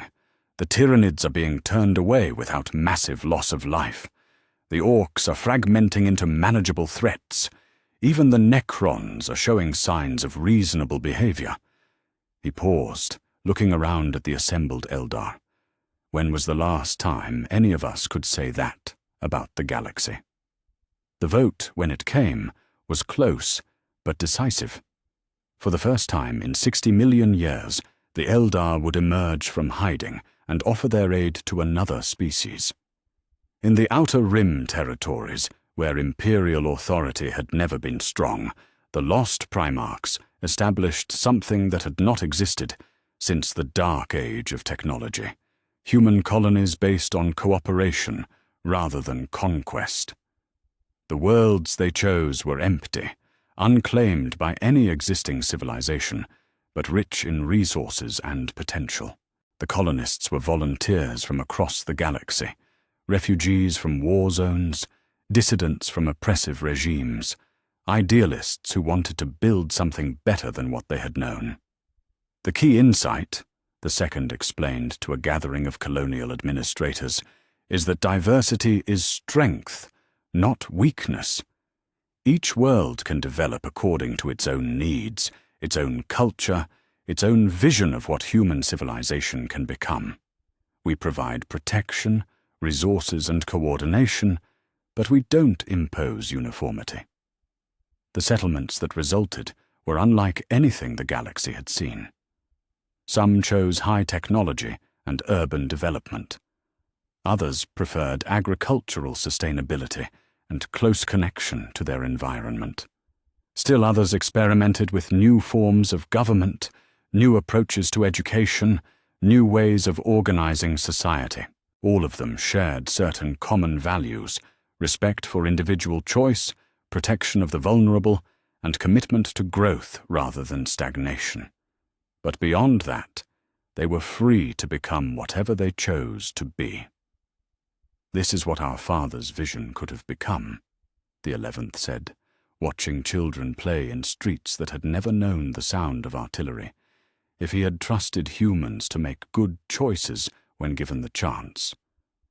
The colonies were small, experimental, and fragile, but they represented something unprecedented: proof that humanity could create civilizations based on hope rather than fear, growth rather than control, trust rather than suspicion.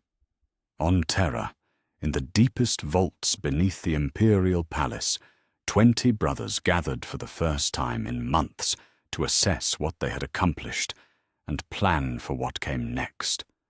The war against external threats was largely won. The Civil War was over. The new government was beginning to function. The Great Rift was healing.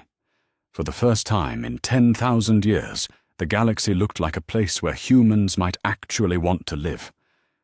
"Status report," Guilliman said, though his tone was more that of a brother asking for updates than a commander demanding information. "Orc threat neutralized in 17 sectors," Russ reported. "Remaining bands too small to threaten major population centers. Hive Fleet Leviathan destroyed with minimal civilian casualties," Sanguinius added. "New defensive strategies prove effective against Tyranid tactics." "Necron Accord signed and holding," Ferris said. "First technology exchange proceeding ahead of schedule." Chaos incursions down 60% across all monitored sectors, Lorgar reported. Public education programs showing measurable improvement in resistance to corruption. One by one, they reported successes that would have seemed impossible just months before. Not perfect victories. There were still threats, still problems, still work to be done.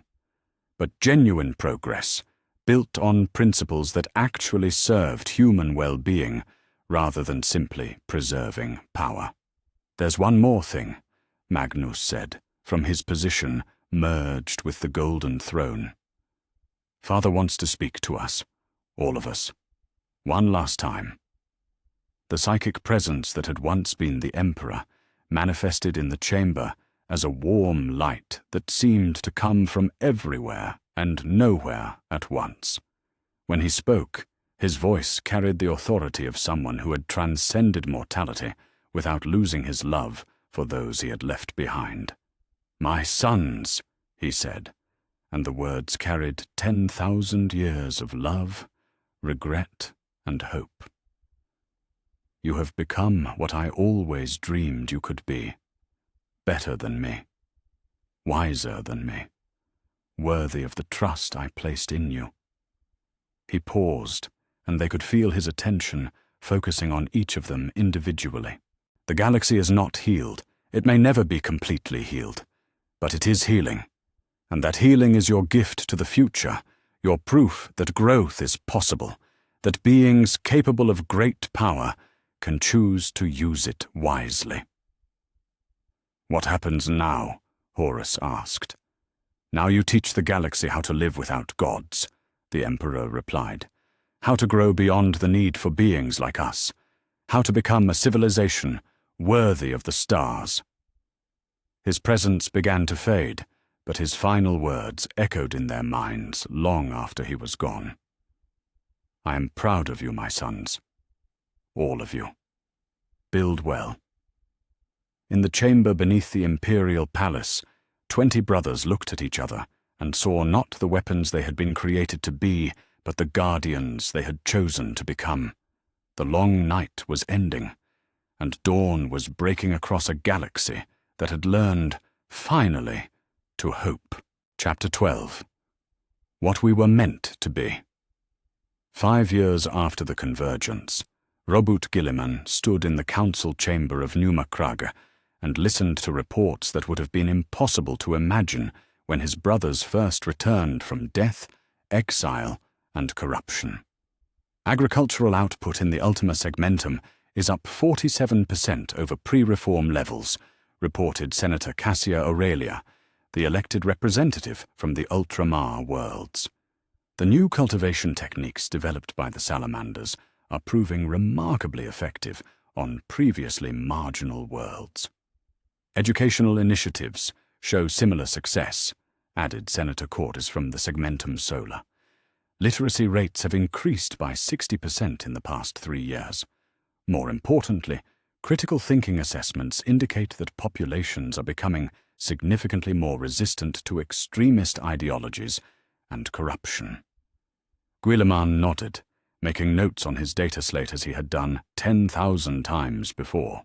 But this time, the reports weren't about how many worlds had been brought to compliance, or how many resources had been extracted for the war effort. They were about how many lives had been improved, how many children were learning to read, how many communities were choosing cooperation over conflict. "What about the Orc integration projects?" he asked. Senator Varian from the Eastern Fringe smiled, an expression that would have been impossible when discussing Orcs just 5 years before. 17 tribes have successfully transitioned to cooperative agreements. They're providing manual labor for terraforming projects in exchange for scrap metal and the occasional sanctioned combat tournament. Casualties on both sides have dropped to effectively 0. It had taken 3 years to figure out how to work with Orcs rather than simply killing them. The breakthrough had come when someone, Guilliman suspected it was Korax, realized that the greenskins didn't actually need to fight humans. They just needed to fight something. providing them with structured combat opportunities, construction challenges that required their physical strength, and steady supplies of metal to tinker with, had proven remarkably effective at channeling their natural aggression into useful directions. "And the former Chaos cultists?" Guilliman asked, though he already knew the answer would be positive. It always was, these days. "Rehabilitation programs show an 83% success rate," Senator Aurelia replied. "Most former cultists integrate successfully into civilian populations within 18 months of beginning treatment. The psychological support networks that Primarch Sanguinius designed have been remarkably effective." Guilliman set down his data slate and looked out the chamber's great window at the city that sprawled beyond. New Macraga was exactly what its name suggested, a reimagining of everything the original Macraga had represented, but built on principles of choice rather than compliance, growth rather than control. The buildings were still impressive, still beautiful, but they were designed for the people who lived in them, rather than to intimidate those who visited. Parks and schools were as prominent as government offices. Art galleries shared space with military installations. Children played in streets where soldiers once marched in perfect formation. "There's one more thing, Lord Guilliman," Senator Cortes said, his voice carrying the particular note that indicated very good news. "The first generation." Guilliman's attention sharpened immediately. "Show me." The holographic display that materialized in the center of the chamber showed data that represented the future of humanity itself, the children who had been born after the reforms, raised without fear, educated to think rather than obey, and given the freedom to develop their potential without the crushing weight of imperial orthodoxy. "Psychic potential is up across all measured populations," Senator Cortes reported, "but more importantly, there are no recorded instances of mutation or corruption. The children are developing stable psychic abilities at a rate unprecedented in human history." "Because they're not afraid," Guilliman said quietly. "Fear attracts the attention of the warp's darker inhabitants. Hope repels them." He studied the data, seeing in the statistics the vindication of everything his brothers had sacrificed to achieve. These children, the first generation to grow up in a galaxy where questioning authority wasn't heresy, where thinking for yourself wasn't treason, where hoping for a better future wasn't futile. They were becoming something new, something better. "Schedule a gathering," Guilliman said. "All 20 Primarchs. It's time we saw what we've built." The world they chose for their gathering had no name in any imperial record. It had been a dead rock orbiting a dying star when the lost Primarchs first found it, its surface scarred by ancient wars, and its atmosphere poisoned by industrial runoff from civilizations that had collapsed before humanity learned to walk upright. Now it was a garden. The terraforming project had taken 4 years and represented the combined efforts of 18 Primarchs, their gene sons, and volunteers from across the galaxy. Vulcan had designed the atmospheric processes that had cleaned the air and water. Ferrus Manus had created the infrastructure necessary to support a growing civilization. Perturabo had built cities that were both beautiful and functional. The lost Primarchs had established the governmental and educational frameworks that would allow the new settlements to grow according to their own vision rather than some imposed template. And it had worked. The dead world was now home to 3 million humans from dozens of different cultures, all of whom had chosen to come here to build something new together. Horus stood on a hill overlooking the world's first city, watching children play in parks that had been built where weapons factories once stood.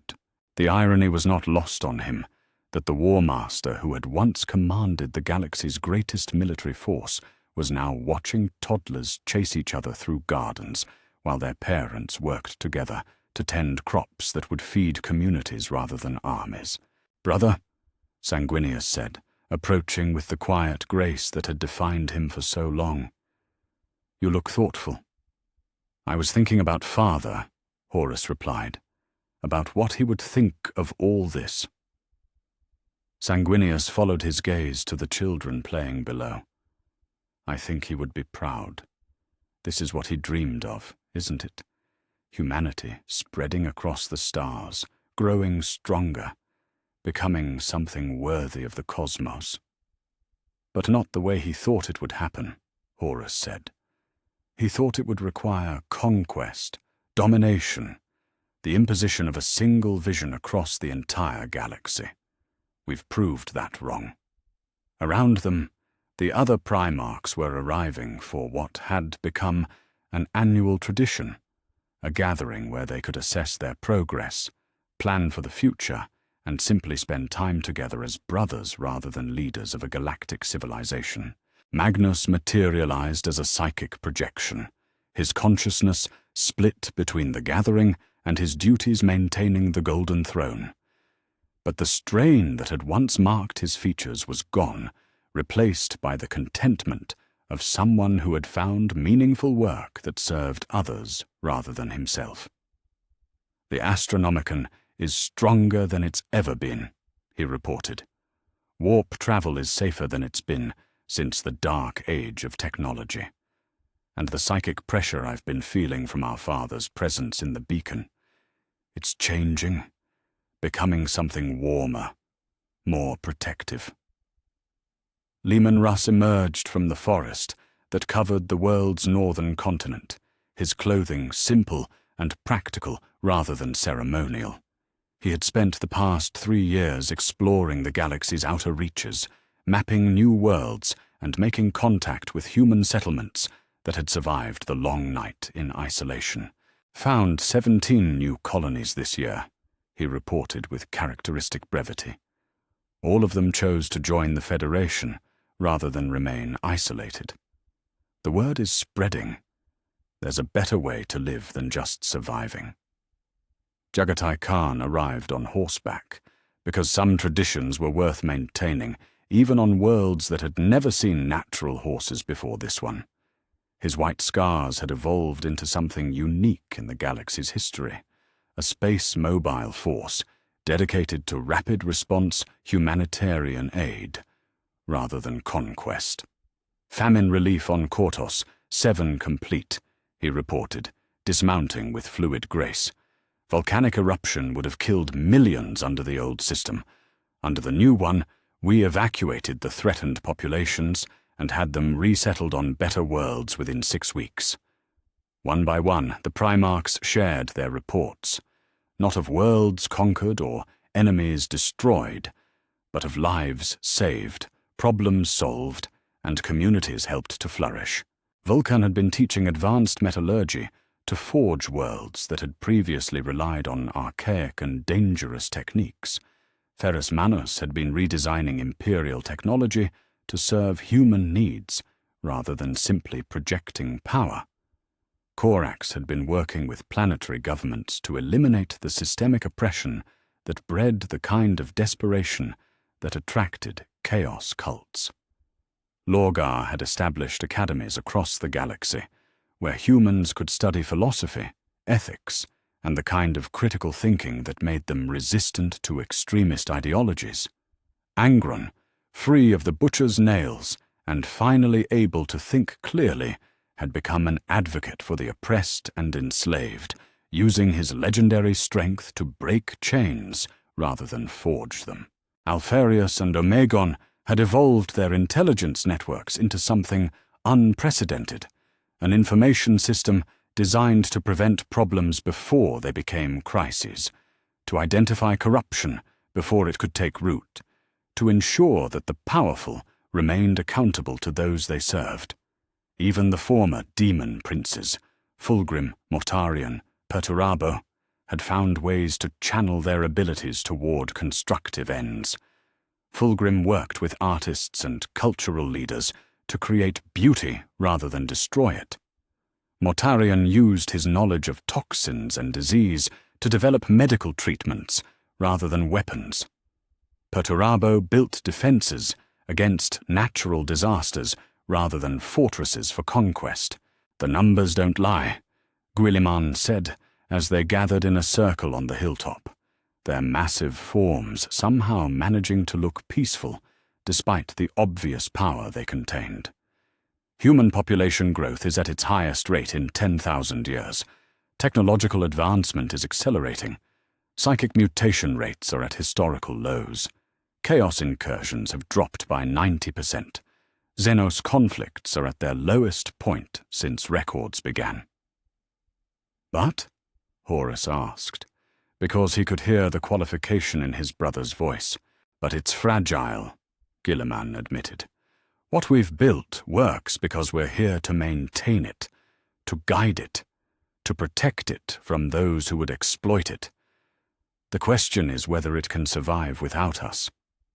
"It has to," said the voice of the second lost Primarch, his presence becoming more focused as he spoke.